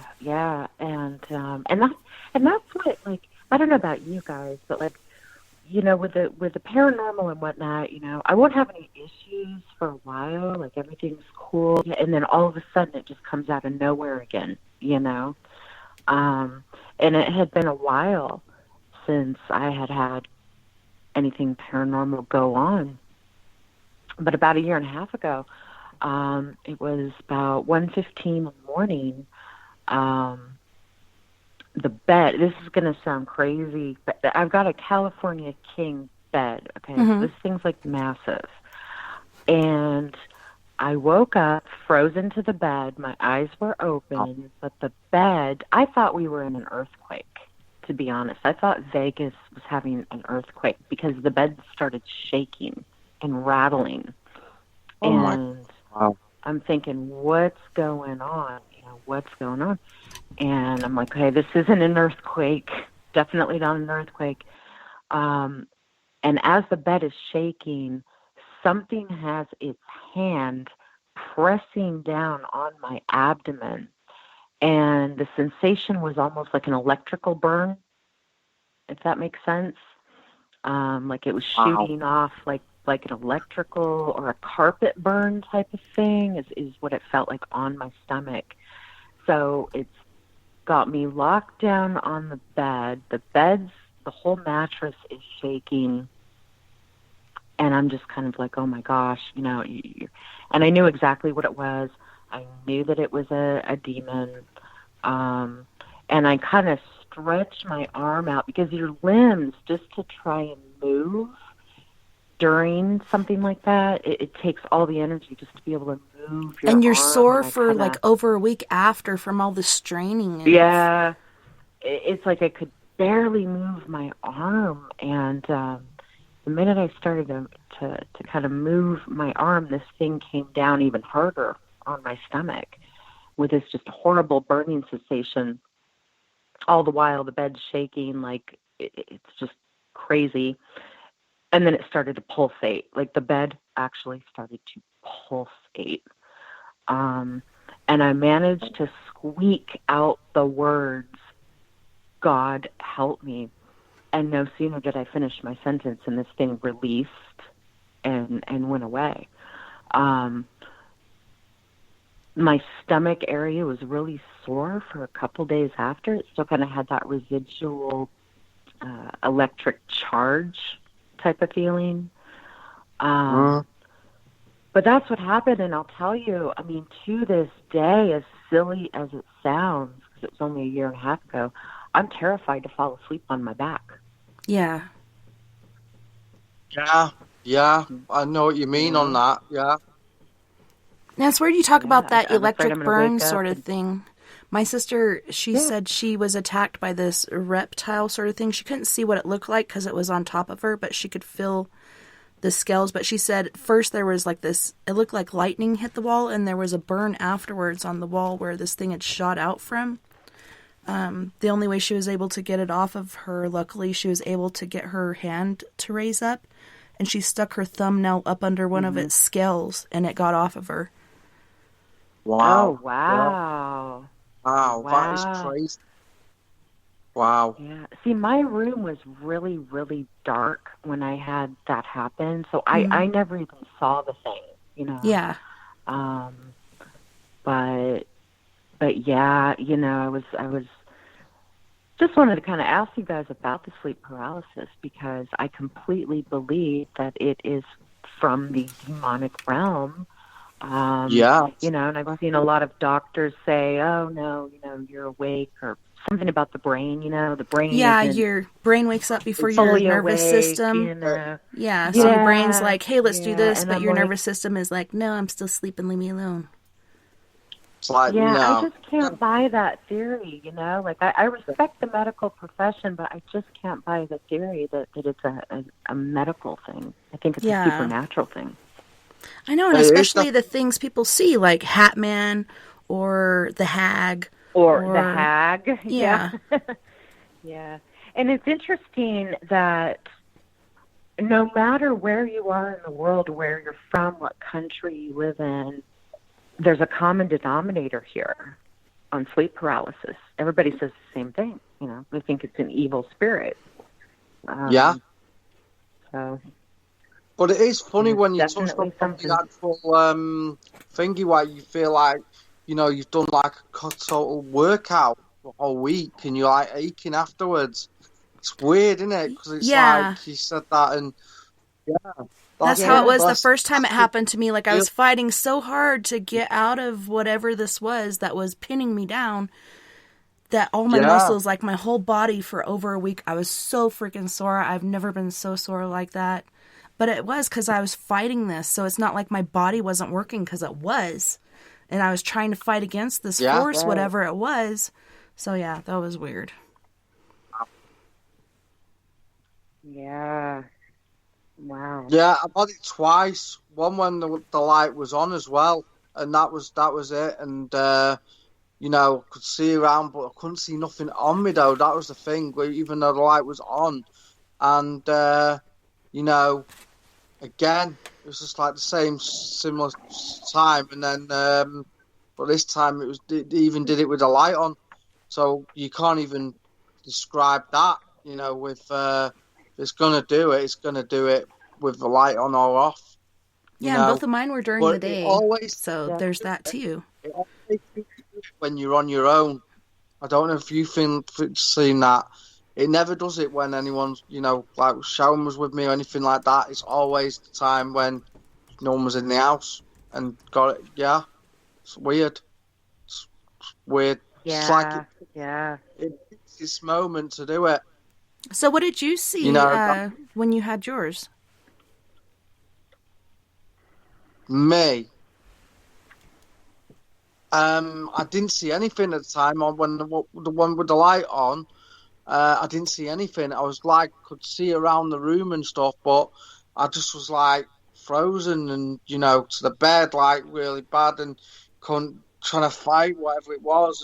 And, you know, in my back of my mind, it was like, please release me and praying to God. And then all of a sudden, before I finished the sentence, it was like released and gone. But that was with the light on, and that was weird. But, you know, it was like it didn't want to show itself. Yeah, I didn't see anything my first time either, so that's interesting. No. Yeah, very interesting. Yeah. So, but yeah, it's. So do you guys astral travel? Do you try that stuff?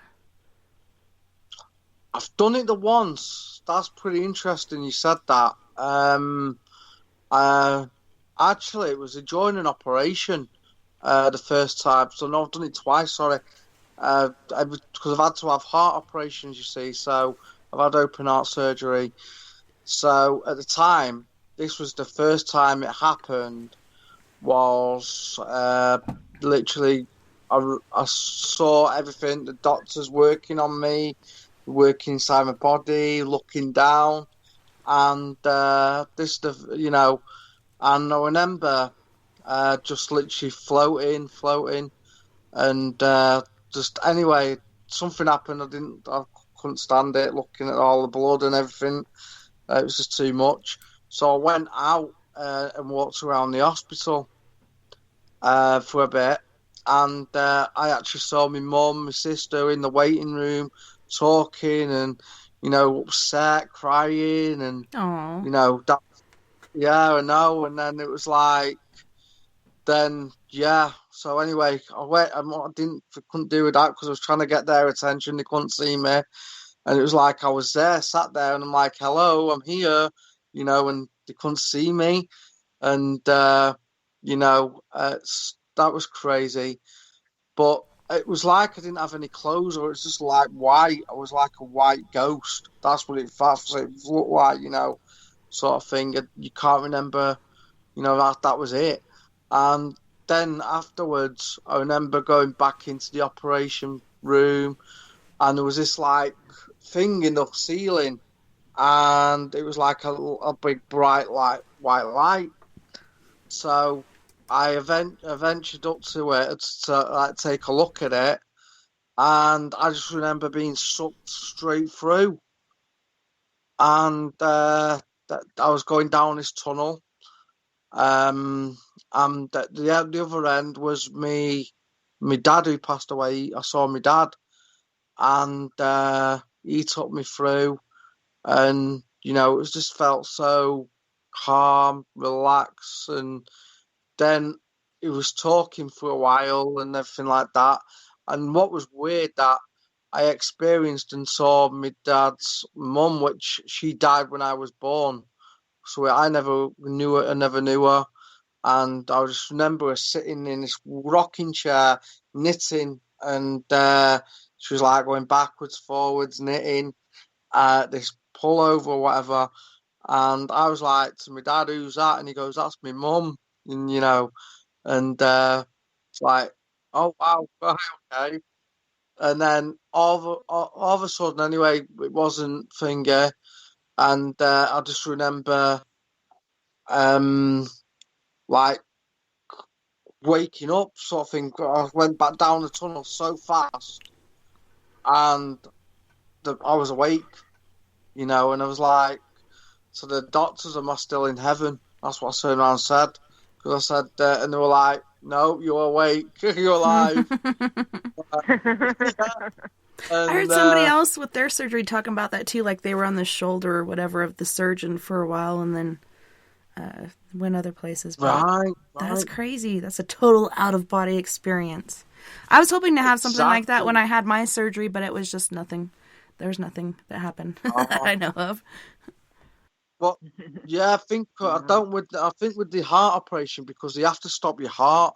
So while your heart stops and they put it in the bypass machine and stuff like that, then it's like you know, you're literally dead, isn't it? You're like, yeah, you know, that you're makes dead. sense. So yeah, it's like wow, close to death. Mm. Wow. It's crazy. Yeah, That's it's mad. amazing, though. That's an amazing It experience was, to because have. You know. it didn't actually feel scared. You know, it didn't scare one. I wanted to stay. I You're must just like admit, walking around.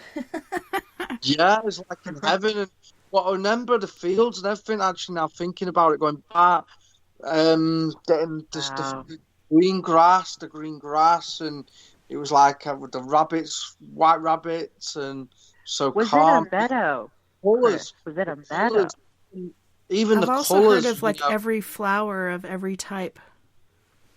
Yes, yeah, very bright. It's very It smells colourful. nice. Yeah, that's right. I was going to get to that. And it's like the mountains at the back as well, with white snow all over them, and it was just like something out of a cartoon. It was like, you know what I mean? It was like that sort of Just feeling, perfect. but yeah, exactly. It was like calm and relaxed, and yeah, and that was that. And then I was woke up, and Wow. yeah,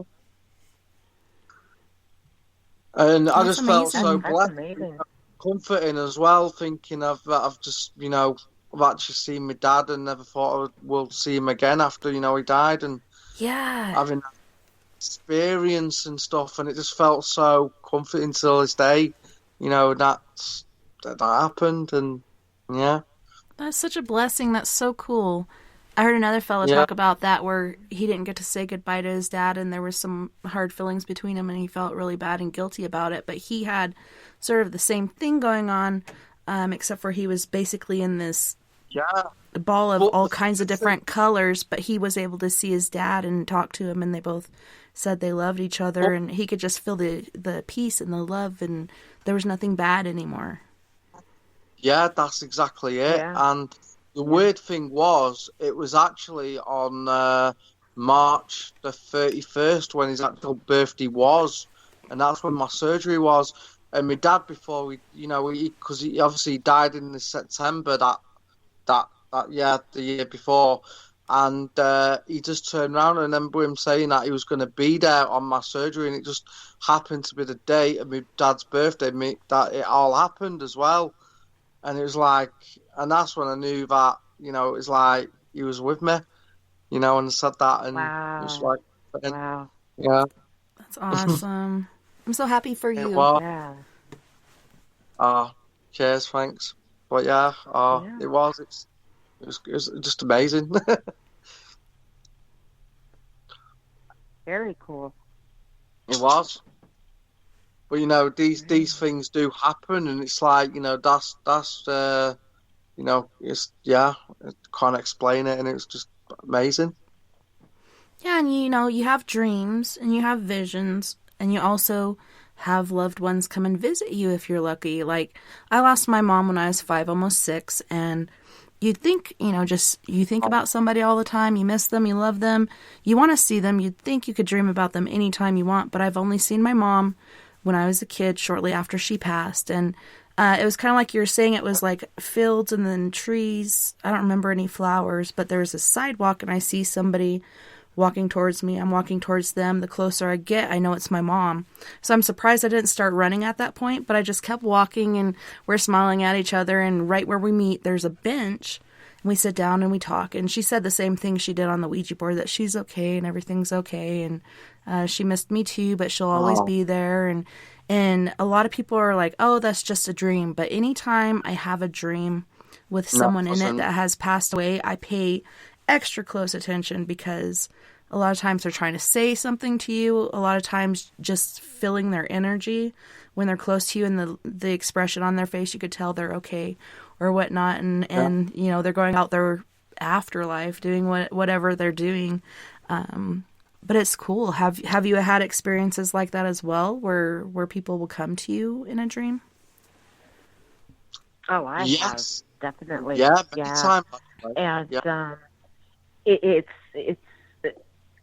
once you've had a dream, or what I call a vision, not even a dream, a message, a vision, you can decipher a vision after you've had one. You can decipher that from a dream because they are very different, you know, the feeling. the intensity, at least for me anyway. Mm-hmm. But yeah, I had a family member die several years ago, and I'm not a nap taker either, like you were saying earlier. You know, I'm afraid I'm going to miss something. But that particular day, I was like extremely tired, just all of a sudden, really tired. Let me lay down on the couch for a little while, and I wasn't asleep long. It was like one of those power naps, 15, 20 minutes. And plain as day, my family member came, and she had somebody else with her, and I don't know who it was. I'm guessing maybe it was her grandfather that would have passed away long before I was born. And she was just kind of smiling and looking at me, and she just had this huge beaming smile, and her eyes were like twinkling, Mm-hmm. and she just looks at me, and I will never forget what she said. And this was an inside saying that her and I had before she passed, but she just kind of looked at me and she's like, "Hey, aim." And she's the only one in the family that made me aim. Mm-hmm. And she says, "You have a little while longer. And then you're coming up. And she kind of winks at me. And she says, "I'll see you soon, but you have some time left, And just with that, it ended. I woke up, and I kind of started bawling because Mm-hmm. one of those feelings like that it wasn't a dream. This was a family member that came to say hello, which was several years ago. I haven't had anything like that happen since, but it was pretty cool. I didn't really get to say goodbye to her when she passed away, so it was kind of closure as well as comfort. Yeah. Having that. I see, yeah, makes sense. Yeah, exactly. Yeah. That's awesome. Thank you so much for sharing that. I don't want to interrupt because I want to keep going, but we do have to go to our second music break. On this one, we have Prime Example. Roy Washington is a member of this band, and he is our musical host with Power Play. We also have Gravity with My Last Goodbye. Dan Medina, which is a member of Gravity, but he kind of broke out on his own like Justin Timberlake, and he's going to make it big with I Won't Let You Go. And then we have Fred Johnson III, who is my fave, with After Dark. You guys don't go anywhere. We'll be right back after this musical break.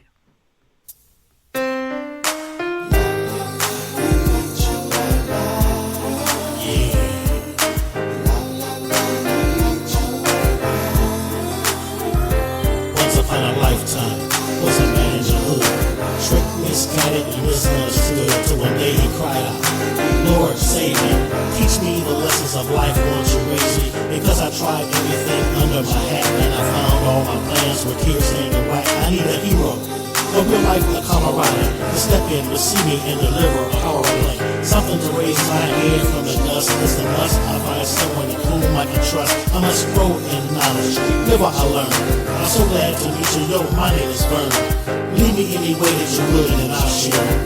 I need your power play."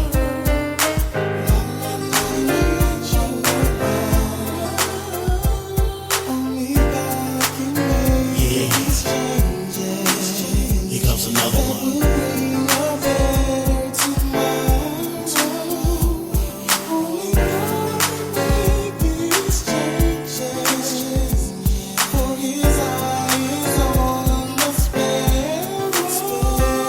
It's so good to be clothed in your right mind. Dreams to the front and all past behind. Memories of things you did so absurd. Came to the curb, now burns the word. Cause often we're low now, problems and us, but with power from God, yeah, we all stand victorious. Listen to the seed, the knowledge, and digest the rhythm, because a trooper like Jay keeps it righteous. And it's just a prime example of a vocalist, adjust your bubble. Leroy D is like dangerous trouble. Trouble if you want it, peace if you with it. Never foreknown of a man who can stand it, but so irrelevant.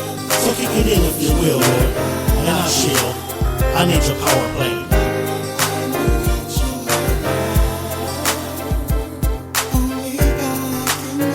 Yeah. Here comes comes another one.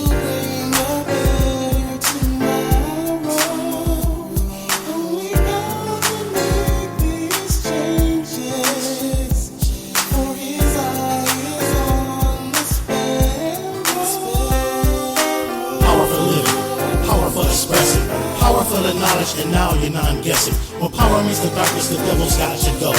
Let's mock that weasel, and now he's going loco. If you got a problem, God can solve it. Power from the general, and you're in his outfit. Why must the fifth stay dirty so filthy?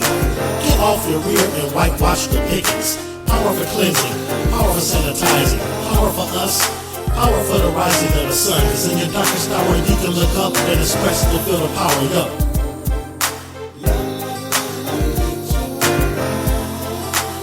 I need your power play.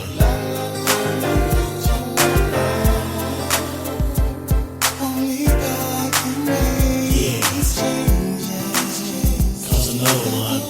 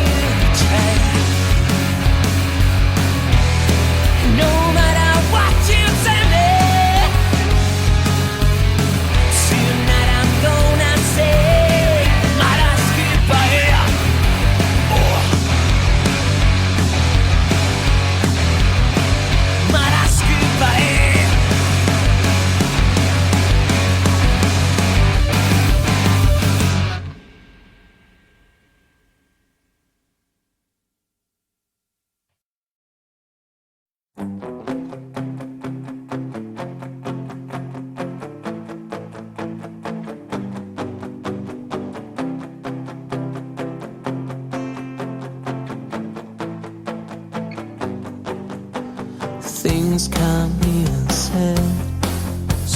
So these are going to dead end. Listening to waves on windy days, standing by the wall, making sense of it all. So alone in the dark, all alone in the dark, all alone in the dark. You're alone in the dark. 'Cause I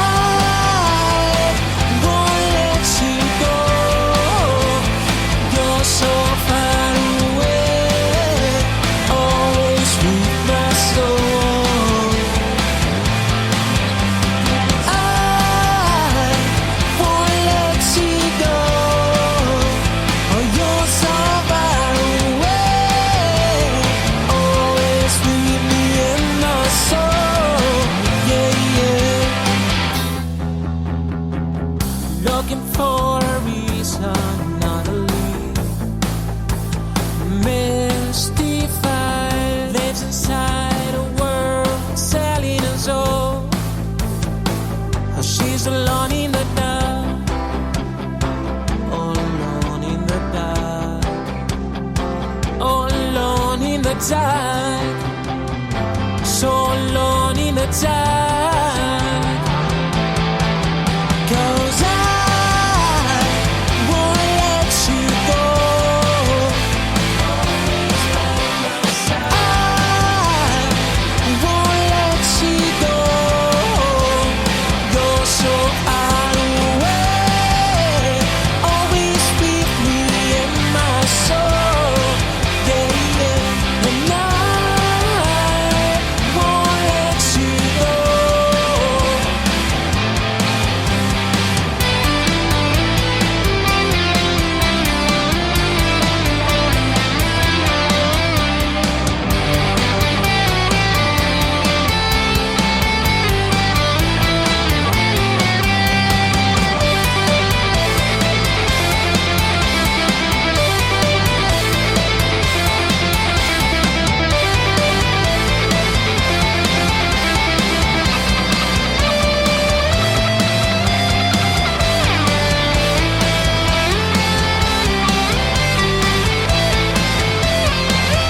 And I won't let you go.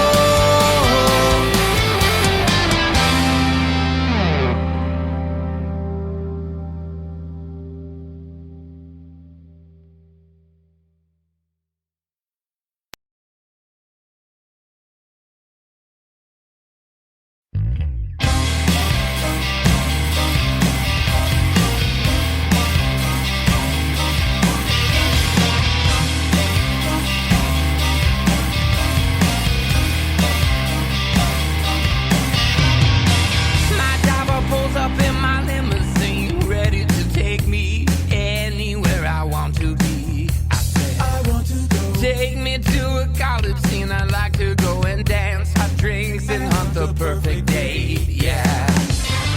Living at the dark, I search lonely streets to find hidden shadows in the dark. It doesn't matter what I say. Secret homicides arranged in a series of pursuits. No matter what I say, after dark, I gave her base because she had the range. I knew she was the one that never could go home again. Plastic life like limo seats. I don't know why I can't control this urge to hurt again. Yeah. Living at the dark, I search lonely streets to find hidden shadows in the dark. It doesn't matter what I say. Change the sky.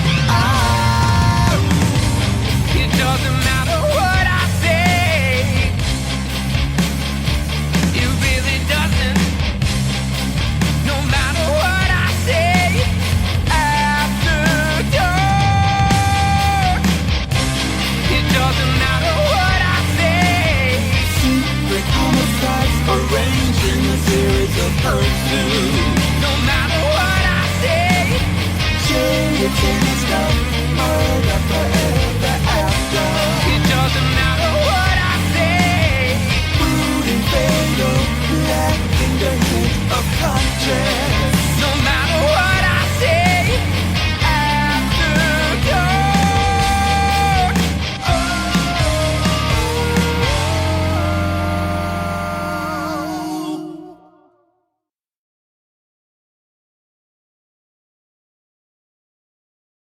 Welcome back, and thanks so much for joining us tonight on We Are Paradox Media's Late Night in the Rockies. Tonight we have Northwest Ghost Adventures with Mr. Kriss Moon, as well as Miss Amy. You guys, welcome back, and thanks so much for hanging out. Yeah, thank you so much for having us. Yeah, it's a pleasure. I know, poor Kriss. Thanks for having us. Keeping you up all morning. You got to go do a doctor's appointment, but this is too much fun. I was going to tell you that, like, it's so much fun. I'm still here. I was only supposed to do an hour. Still here. I'm so glad. Same. I'm glad that we're doing this. It's so much fun. You said. You know, it is so nice, though, to talk to people that have had paranormal experiences.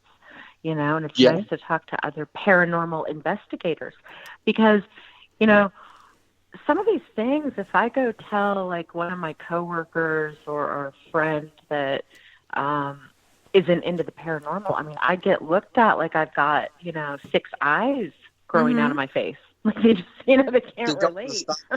That's it, yeah. Like, they just don't get it. Yeah, that's right. They don't get it. Yeah. No. Yeah. No. That's so it's it, always exactly. nice to kind of compare notes and, you know, talk to other people that have had experiences, you know, and it helps a lot of us get answers too. Yeah, absolutely. Yeah, I don't know about you guys, but as a kid, like for me, the paranormal has always been normal. But like you said, I'd go to school when I finally got to go. I didn't go to kindergarten because I lived out in the boonies of Arkansas. But I finally got to go to first grade and made friends. And that's one of the main things I like to talk about. And like you said, they look at you like you're crazy. They wouldn't talk to you or play with you anymore.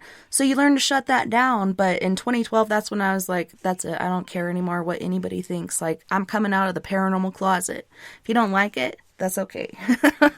Because I know what's real to me and what's been happening, and I know there's other people out there that experience the same. So that's why I love this network, because it's a place people can come and feel safe.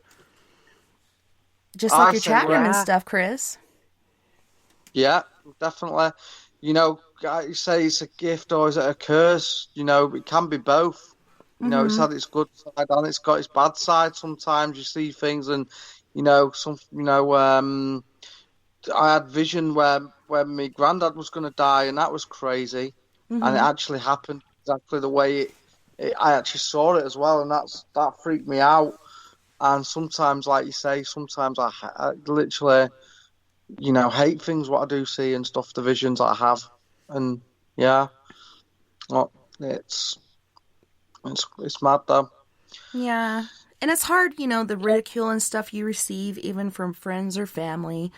I was super excited. I was making contact with my mom's side of the family again because I had lost touch moving away with my aunt and uncle on the other side of the family and not really keeping tabs. So I was catching up with everybody.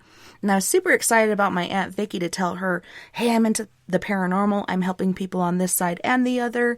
And it's been awesome. And she's like, you know, what makes you think you're safe out there when you're communing with demons and, you know, what you're doing is wrong? And I was like, seriously? Okay. Now I know what not to say to you ever again. No. I feel like the bigger sin would be to take this gift that God gave me and put it on a shelf and never mess with it again. You obviously have this gift for a reason. You need to use it. Otherwise, you're just wasting your time and not achieving what you need to in this life. It's our journey. Absolutely. It's our spiritual journey. And it is.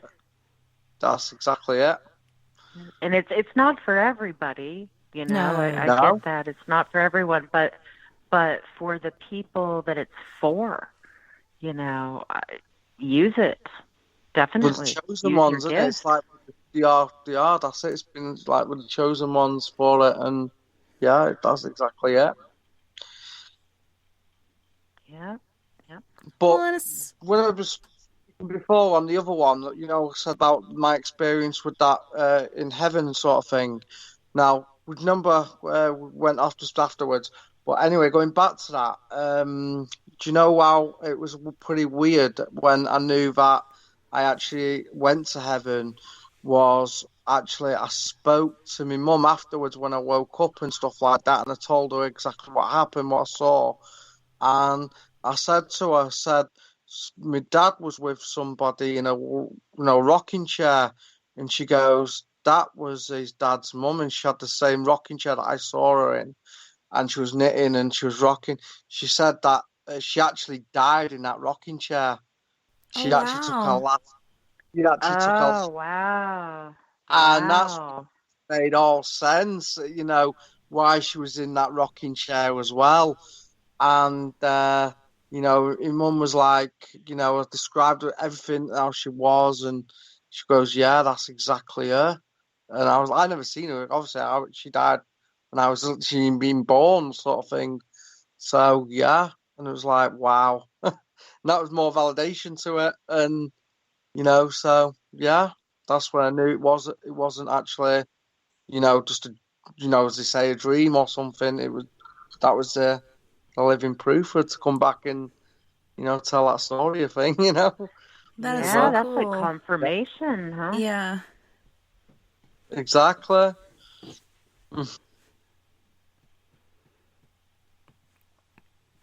Then there was silence. No, but we were talking about the dreams, and like I said, my mom passed away when I was 5, almost 6. Now I'm 42. Oh, I've only had her in my dreams twice. The second time was actually in my workplace. I was waiting tables at the Model Diner in Ozark, Arkansas, and I see my dad sitting at this booth, and I think my brother's there. And then across from him, my mom is sitting, and I knew it was her before I even saw her face. And I walked up, and this time I couldn't even talk to her. Like, I was so happy to see her that all I did was cry. And she didn't say anything either. All she did was smile at me. And it was just so cool to see her. I even woke up, like you said, with tears on my face. Like, I'm crying in my dream or my vision, but I'm also crying, like, physically. And I sit up and I'm sobbing, and my boyfriend at the time is trying to calm me down. And then I realized it's Mother's Day, so I went and saw my mom. I don't know if you guys have had members of your family or whatnot come to you as, perhaps, like for me, my mom and dad come to me as a monarch butterfly. My mom's also come to me as a magpie and just sat there and stared at me. And she also came as Robin once, too. But you can tell, like, you could just feel it. Have you guys had things like that as well? yes, I have actually. That would be a robin, and a few times, you know, even in the summer it comes, and you know, and robins you don't really see in the summer.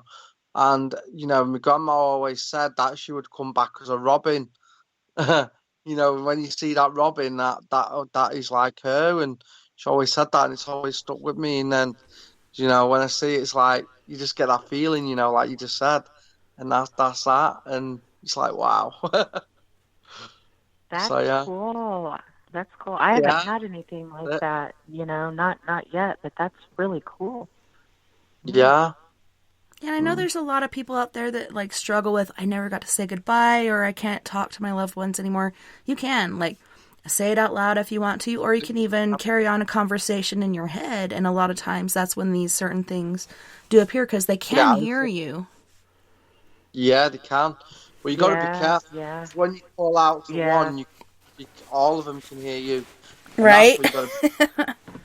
So Yeah, yeah, again, that's where you've got to be so, you know, cautious because, you know, again, a right. lot of negative ones can try and gain your trust to, you know, use it against you, sort of thing, and you know, like Angela went back to it, but yeah, Yeah, something like that, you know what I mean? absolutely. It's like these entities, like you know, but yeah, I usually like if I want, to receive a vision or some kind of confirmation that a loved one that's passed on, and I really want them to show me a sign, come to me in a dream, do something, I'll usually kind of pray that in my head because, I believe that God can hear our thoughts and even Mm-hmm. before we have our thoughts. Yeah. And I do it that way personally, just because, the demons have walked this earth since the beginning of time. Yeah, They before know we our were even family. here, right? They can, yeah. I mean, they know us and our families. They do. Just as much as we know ourselves. And so, these things will, I'm afraid, like, they're going to hear me say something out loud, like, hey, I really want to see so-and-so. And then, that night, so-and-so might show up, but it's really, they call them familiar spirits is what it is. And they know your whole family tree. They've known your parents, they've known your grandparents, and right on down the line, and they are very good. I hate to give these things credit. They're really good at mimicking. Very good at mimicking. We got those. As a matter of we call them matter of doppelgangers. fact, yeah. About I would say 2 years ago, my daughter had an experience, and this was just horrifying. But I guess middle of the night, and she tells me this the next morning. She comes out. She's like, "Hey, why were you in my room last night?" And I said, "What in the world are you talking about? I wasn't in your room." "Yeah, it was like 2:00 in the morning. You came into my room." I said, "No, sweetheart, I was never in your room." And she goes, "I knew it. I knew it wasn't you." And I said, "Well, what in the world happened?" She said that the dog was in her room sleeping, and the dog started growling, and he never growls, never. And that's what woke her up. And she looks over, and there's me standing on the other side of the room looking at her. And she said it looked exactly like you, all the way down to the logo on my pajamas that I wear. Wow. It even had the logo. Yeah. And and she goes, "You know how your hair looks like when you just get out of bed?" Because my hair, I look like a mad scientist in the morning, because I had that hair too. It was I love all, like, it. crazy and And she goes, but the thing was, she goes, I had this horrible feeling of dread. Like, after a few seconds, I knew it wasn't you. And I said, "How did you know?" She goes, "Because I looked at its eyes, and it looked exactly like you, with the exception of the eyes. They were just black spinning whirlwinds of, like, blackness." Oh my God, that's creepy. Yeah, so she starts, like, silently crying, in her bed, and this thing's, like, standing by the door, so she couldn't even run out of the room if she wanted to. And, she said a prayer, and she goes, "Oh, thank God, it just dissipated into vapor." And I said, "Well, why didn't you come in and wake me up after that?" She goes, "No, you don't understand." She goes, after I told Jesus to make it go away, she goes, "I've had this calm feeling, and I don't know what happened. I just turned around, and I went back to bed like everything was okay." Yeah. So, but anyway, my point was the doppelganger, they can mimic family members. Yes, and I've witnessed that as well. I've witnessed that this particular time. I was in, with my brother, and we're up, we're watching nothing even actually paranormal. We're watching a movie called Leaving Las Vegas, where you are. Yeah. Oh, yeah. Yeah. Watching that movie, nothing paranormal whatsoever. My mum went out for the night. She's staying over at her boyfriend's. And all of a sudden, we heard this voice shout, "Lads, I'm home." Oh, and shit. me and my brother just looked at each other and like, she's not due until tomorrow. She's, literally, what the hell's she doing? Hurry, hide the back? beers. Just kidding. Right.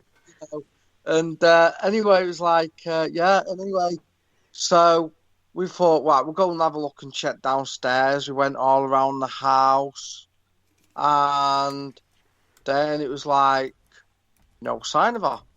And then we were like scratching our heads. Like, we definitely heard my mum. What the hell was she? Was she playing a game on us? Is she hiding in a somewhere or something? So we went round in the garden, the back garden. No sign of a car. So we were like, that's weird. And we put the film back on. Then all of a sudden, again, we started hearing all the, wardrobes slamming in my mum's bedroom, the next bedroom to us.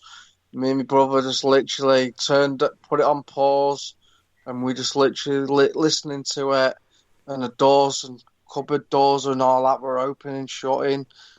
And then we just looked at each other and we got out to the door, my mum's bedroom door, and we just turned around to him. I said, "You open it," and I looked at him and he looked at me.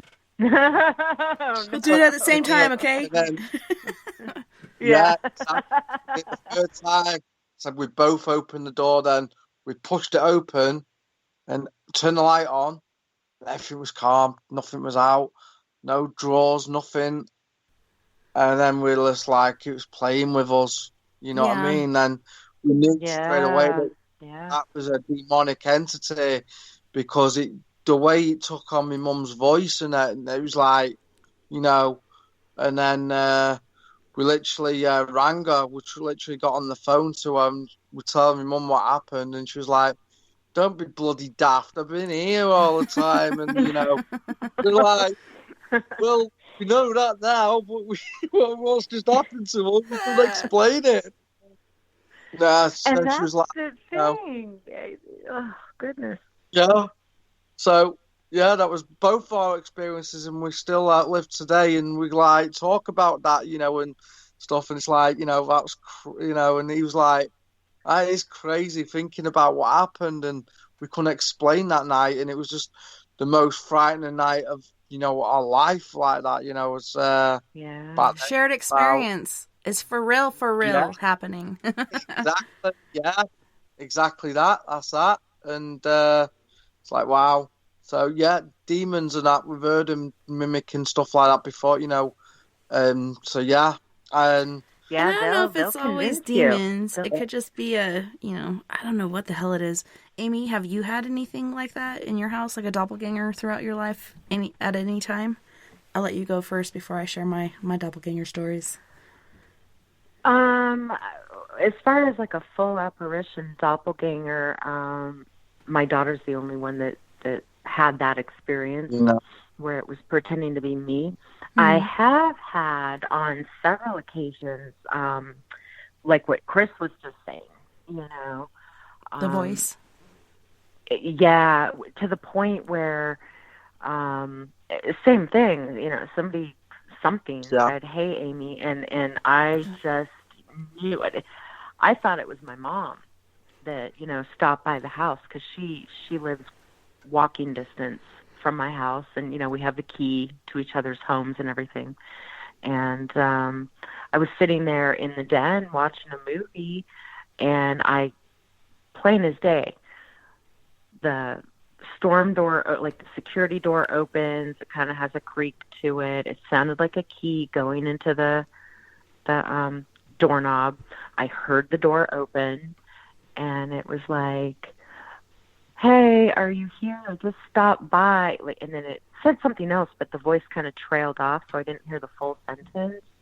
But I did hear, "Hey, are you here? I'm just kind of stopping by." And I paused the movie, jumped off the couch, and was like, "Hey, Mom," and I'm coming around the corner, and I'm like, "What the heck?" The door's shut. She's not here. And I still was 100% convinced it was her, to the point, like, did she pop in and then, is she walking back out to her car? So I opened the door, screen door, looking, no.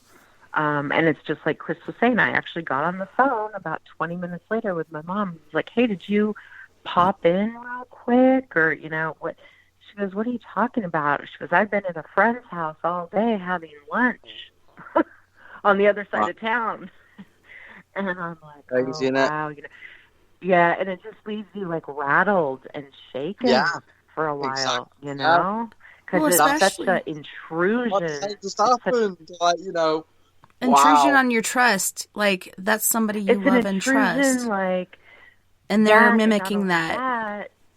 only that, in my house. And that's a big no-no with me, you know. I mean, this house is blessed. And so it's this horrible feeling when you're in your own home, and your home should be, you know, your peaceful, safe haven, you know. Your sanctuary. It's where we should feel the safe, our sanctuary, exactly, the place where we should feel the safest.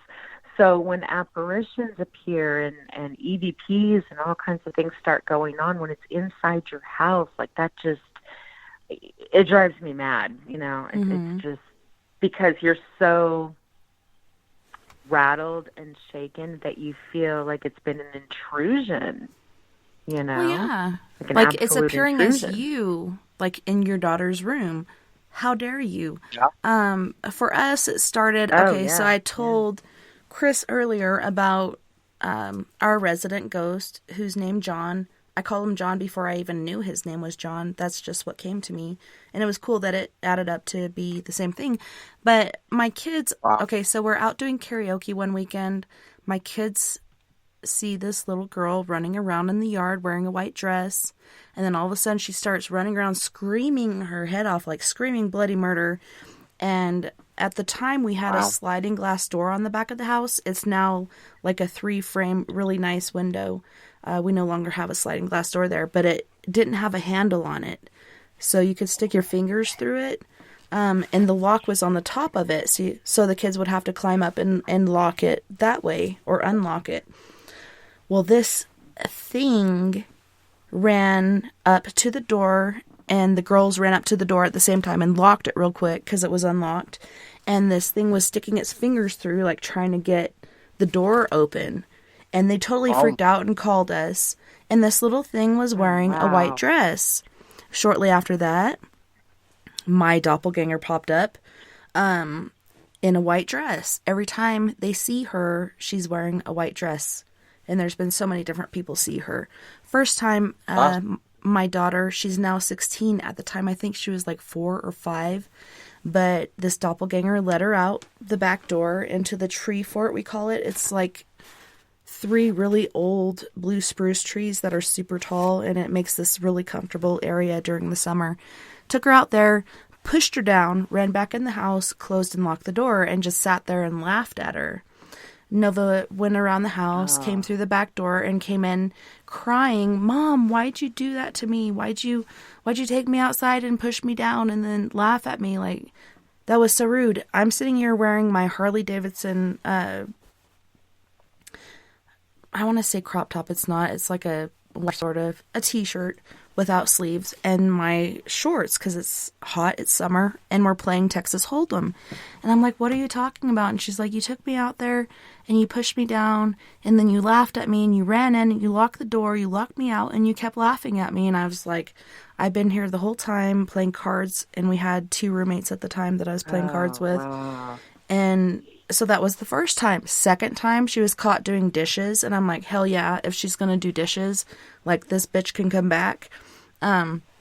My brother, after my mom passed, because we had 2 different dads. So when my mom passed away, my 3 older siblings went with their dad, and me and my little brother went with ours.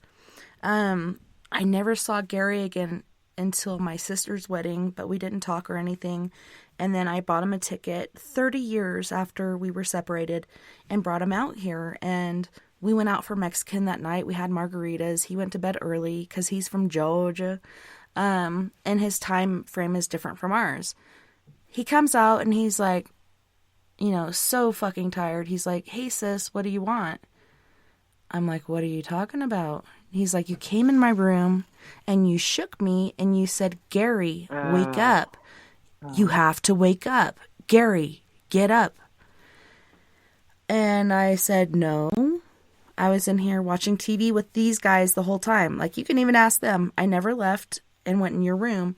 So I'm wondering, like, was this thing trying to protect him? He could have, you know, he usually drinks beer. He had margaritas that night. He could have asphyxiated on vomit or whatever. I don't know why it woke him up, but maybe it was something protective. It And could have then, been an angel. yeah. Yeah. And Yeah. again, Maybe. wearing a white dress. It's like, what is it with the white dress? I don't get it. But she's been seen several times. She's been heard. And then my daughter, my 16-year-old, then got her own doppelganger, which my roommate saw her walk into the Oh, boy. kitchen to make cereal in the morning. And she's talking to her and she's like, why the hell aren't you answering me? Are you mad at me or something? And she walks in there to talk to her and she's not there. And then just recently, my husband now has one. My 16-year-old daughter is like, hey, Mom, where's Dad? I'm like, what are you talking about? He's been at work all day. She's like, I heard Dad coughing, and then I heard him call me, so I'm trying to find him. Where is he? He's not here. He's at work. So now he's got one. So, yeah. It's interesting. I don't think it's demonic. I think it's like you said, like a mimic. It can mimic people. And it hasn't caused any harm except for the first time. Like pushing Nova down, that was not cool. I'm pretty sure that was traumatic for her, but otherwise, do my dishes and, you know, whatever else, that's cool. I don't know. It's so weird. Wow. Don't do that though, do they? Yeah. They never do the dishes. Because, I mean, you know, that, like, demons can, you know, I mean, come across as a doppelganger, but just, like, on the flip side of the coin, angels can appear as humans, too, like the good angels, you know. Yeah. So, but if no one's been harmed or anything like that, it's a good sign. It's a good sign It for just you makes guys. you wonder, like, what the hell? Like, you don't want to show up as yourself. And you've heard of entities appearing as the Reaper or appearing as something that's scary to you. We had one here one time that showed up as a really tall person under a white bed sheet, which we had no white sheets. And the kids were freaked out. We were doing an actual private investigation that night, and we were away from the kids. Kinsey was old enough to watch Nova. We didn't have Floyd or Lily yet. And they called us like, there's somebody in the living room under a white sheet, and they're moving around, and they're freaking us out. So we had a friend go over and come to the house and looked around and was like, well, maybe it was this rug rolled up against the wall you saw. And they're like, no, it was much taller and it moved. I don't know if that was John, because it was basically the same height, but sometimes they appear as something else to kind of scare you, because it's fun. Like, if I'm a ghost, I'm going to scare some people, because it's fun.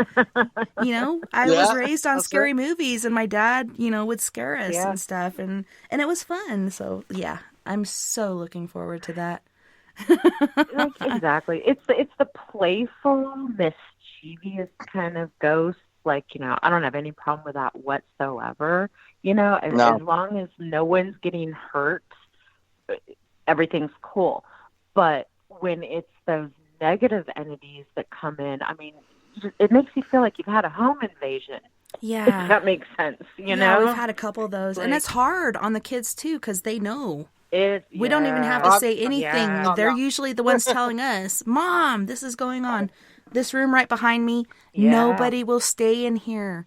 I stayed in there for a little bit, and I remember the black guy standing over me, and not that he's black or African American, but like a shadow person, standing over me and just staring at me, waiting for me to look at him, but I refused to. Like, I feel you there looking at me, and you're getting closer and closer, but I'm not going to look at you and give you what you want.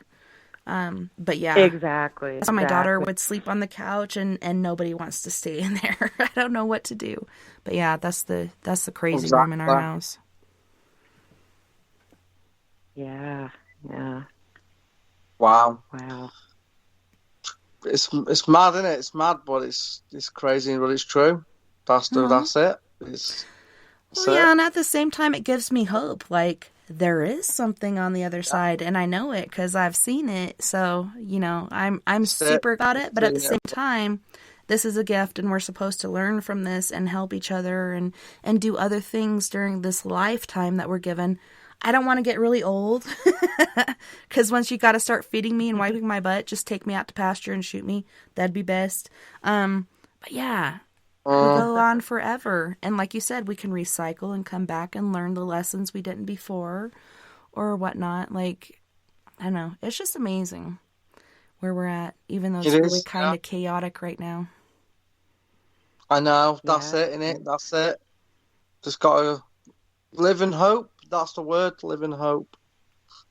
Yeah, don't give up hope. No, that's right. That's it. That's it. And one day, hopefully soon, it will all be just a dream. That's what I will pray every sometimes. Say wake up and is it? I've just been dreaming. Is it? But no. That's it. Innit? It's like you're gonna wake up and it's gonna be all been one big nightmare. Right? If only. Yeah. Could you imagine if If we did only, wake yeah, up and we're only. like, wow, everything's so different, and this was just all a bad dream? But I don't think it is.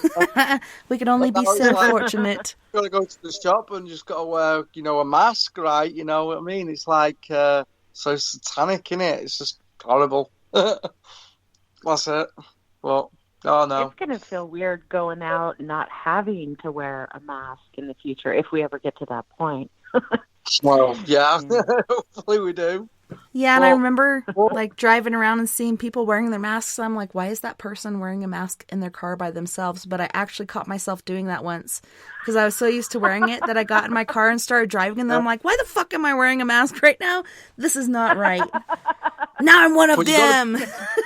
So, I don't know if you know about that, but yeah, the masks are actually what are giving people pneumonia as well. Yeah, you gotta wash your shit, just like your underwear, okay? Wash your damn mask. Yeah. You're not going to put on a pair of dirty underwear, right? Unless you're really desperate and it's laundry day. Yeah. Wash your mask or get several different ones where you can rotate them. Yeah. If you're breathing in that garbage that comes out of your mouth, all those germs that your body has filtered and you're rebreathing it, oh my. Yeah. Yeah. Yeah. And when you get a chance to come out and, check out the channel, and come to our channel and check it out. For sure. We have great content. The group chat is a lot of fun. So definitely check us out. Yeah, I've definitely, I think a long time ago you came on and you're like, hey, come subscribe to my YouTube channel. And I'm like, I just did. So you subscribed to mine too. So now I have, I don't know how many on YouTube. I know on Spreaker it's like a miserable 76 or whatever, which I love everybody that's here. But I'm like, man, can I get up there to the thousands or the hundreds of thousands, maybe a million? That'd be cool. But yeah, it's just, I just love having this place for people to come and feel safe. And even in the chat room, people are sharing stories and experiences, and it's like therapy, and I hate to sound like a hippie or something, but to talk about stuff. I have paranormal PTSD. That's why my bedtime was always 3 or 4 o'clock in the morning, no matter if I went to school, no matter if I had a job, no matter what. And then since COVID hit, now it's like 5 or 6 in the morning. Give me a fucking break. But it's happening to everybody all across the world. And it's pretty insane and amazing at the same time how resilient we are, how we can adapt and overcome. And we can adapt and we can overcome this, and we're going to be stronger in the end, and we're going to be here in the end. Mark my words. That's it. That's the one. And humanity is a lot stronger than we think.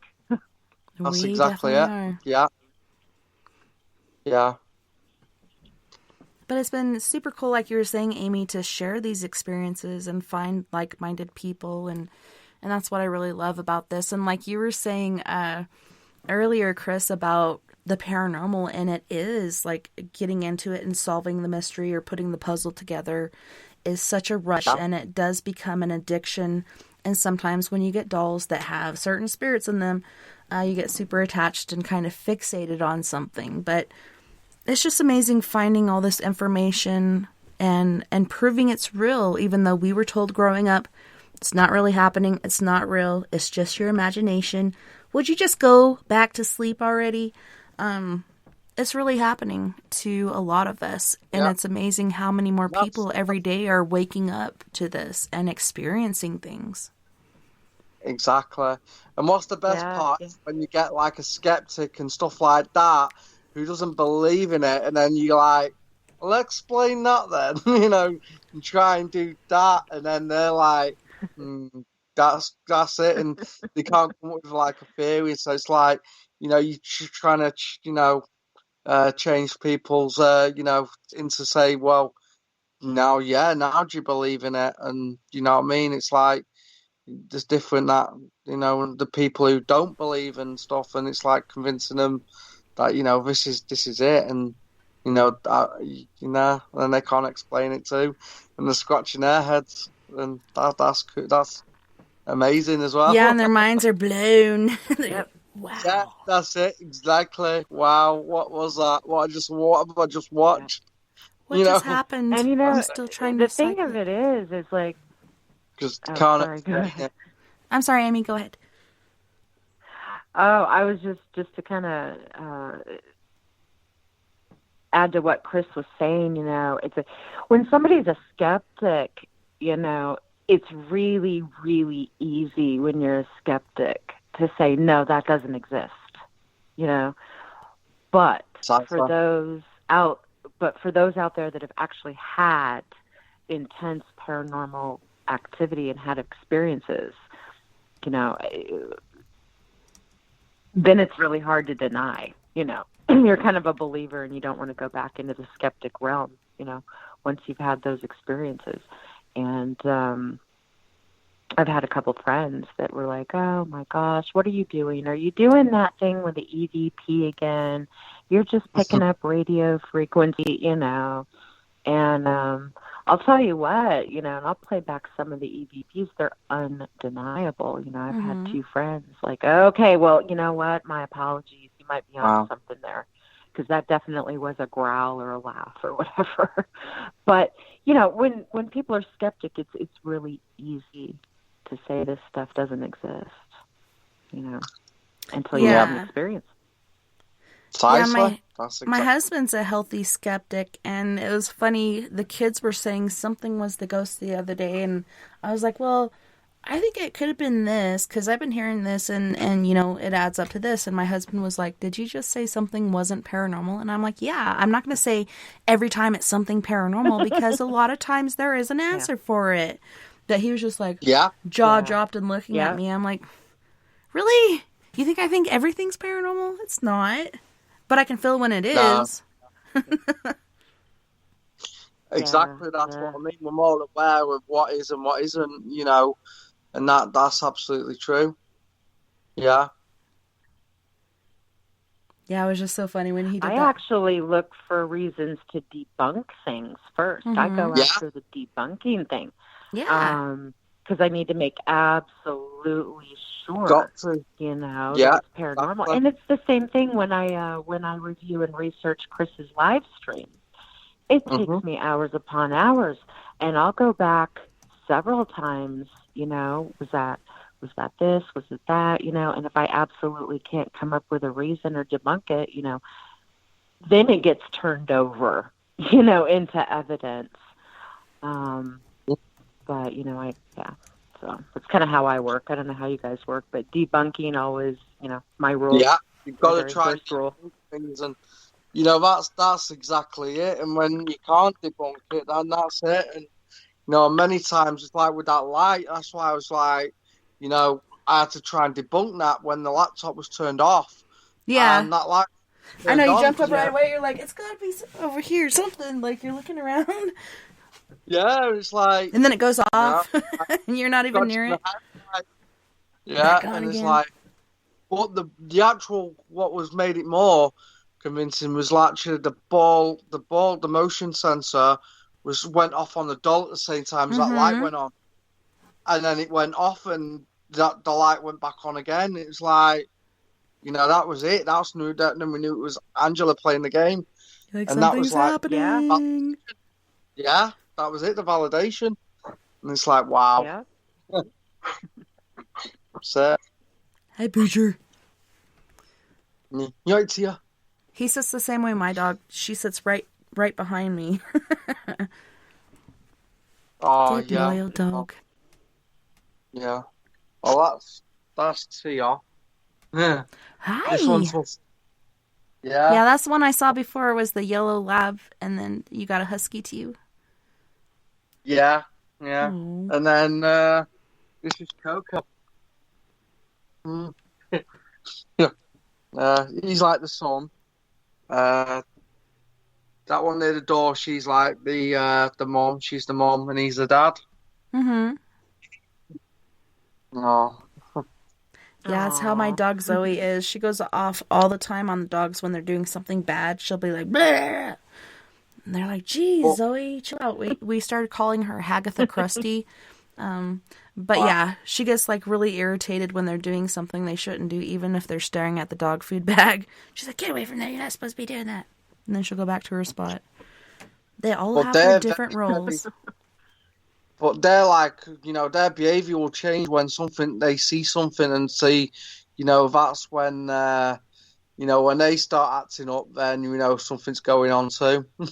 Yeah. Oh, dogs are almost as good as thermal imaging at their detections. It's amazing. Cats too. Cats too. Yeah. Oh yeah. Yeah. So we Cats have about seem to chase them. 7 minutes and 20 seconds. And that brings me up to a topic. Yeah. Have you guys had your animals experience things like this and make you notice it, or have they been attacked? They've been both. Oh, sorry. What was that, Kriss? Yeah, go on, Amy. You go first. Yeah, go on. Yeah. Oh, I was just gonna say, no, I have a pug actually. He's going on 16 years old, and he's like deaf, and his eyesight, he's got the cataracts. But he's never been attacked. But I can tell you, even with being deaf and blind for quite some time, I mean, he knows. He knows when something's here. He'll do the whine. He'll kind of do the growl, and he'll kind of lean down on his front paws to like lay down. He just acts weird, and he'll kind of look in a particular direction of the room, and he'll go over and sniff and then whine and growl. And that's when it's kind of like, he's my little ghost alarm, You just know that he sees something. My rim dog. And they might not be able to hear and see, but they still sense that something's there, even when it's an old dog. So they must have something that's hardwired into their system, like a sixth sense. Yeah. Yeah. And they talk about the hair raising. Could you imagine being an animal and your hair raising up? Like, that would be one of the most irritating things I could think of, being an animal. Yeah, of course. The electric static in it. So, yeah. What's that? But do your dogs notice things, Kriss? Like, do they pick up on energy? Once, T was on this actual settee, and we literally saw her when she was asleep, and she was literally dragged off. And, we saw that happen. It was like, oh my God, but she even looked when she got hit the floor. It's like she just woke up and suddenly, and she's like, what the hell just happened? Oh, she couldn't explain it. So, it literally just took her off. But it's never actually physically hurt them, as, that. But it's more of a drag and just literally pulled them off the couch. And to actually see that and witness that, so how do you explain that one? So it's a poltergeist. It's definitely a poltergeist activity. But if this thing, this is what's scary about a poltergeist, though, because if it really, really wanted to, it could actually physically really, really hurt you. If it wanted to, right, do something. Knives or anything, scissors or anything like that. It could actually, if it wanted to, but it's not a violent one. You know what I mean? It's like letting us know what it can do. But who I think that is, and it's all started since we got who, Angela. Yeah. So that's all started. There's never used to have it all before that, no, and the other dolls as well. But she's definitely the most active. Yeah. She's something else, I'll tell you. She is something else with her paranormal activity and the things that she can do. I know, And it's innit? funny. It's that thing. Yeah, you're saying It is, that yeah. she is actually a he, like a incubus. And those are nasty little Yeah, it is. bastards. Yeah. Well, yeah. But, you know, is it, or is it something else? I don't know. Mm-hmm. 'Cause it never ever reveals its true self to us. And that's what we're trying to get the mystery of. That's why I think it's becoming more like that, because I want to find out. I want to really know. And I want to actually see what it is. It's never shown me. It's always gives you a little bit more, a little bit of this. And, you know, that is exactly it. It's like, you know, it's like, you know, poking a bear until something happens. Don't poke the bear. No. No, that's it. But, you know, it's always, but, you know, it will never ever give it its real name, because then you could actually really get Right. rid of it. Mm-hmm. Exactly. Yeah. So You'd that- have some sort of Yes. power Yeah. over it. Isn't it amazing? Exactly. The power of a name. It is. Yeah, that's it. All it gives is sometimes. It even said Angelo on the ghost box on Friday as well, didn't it? It'll say its names now And then we heard when Stacy it was- too. Yeah, and Stacy, yeah. Now we gotta check her out.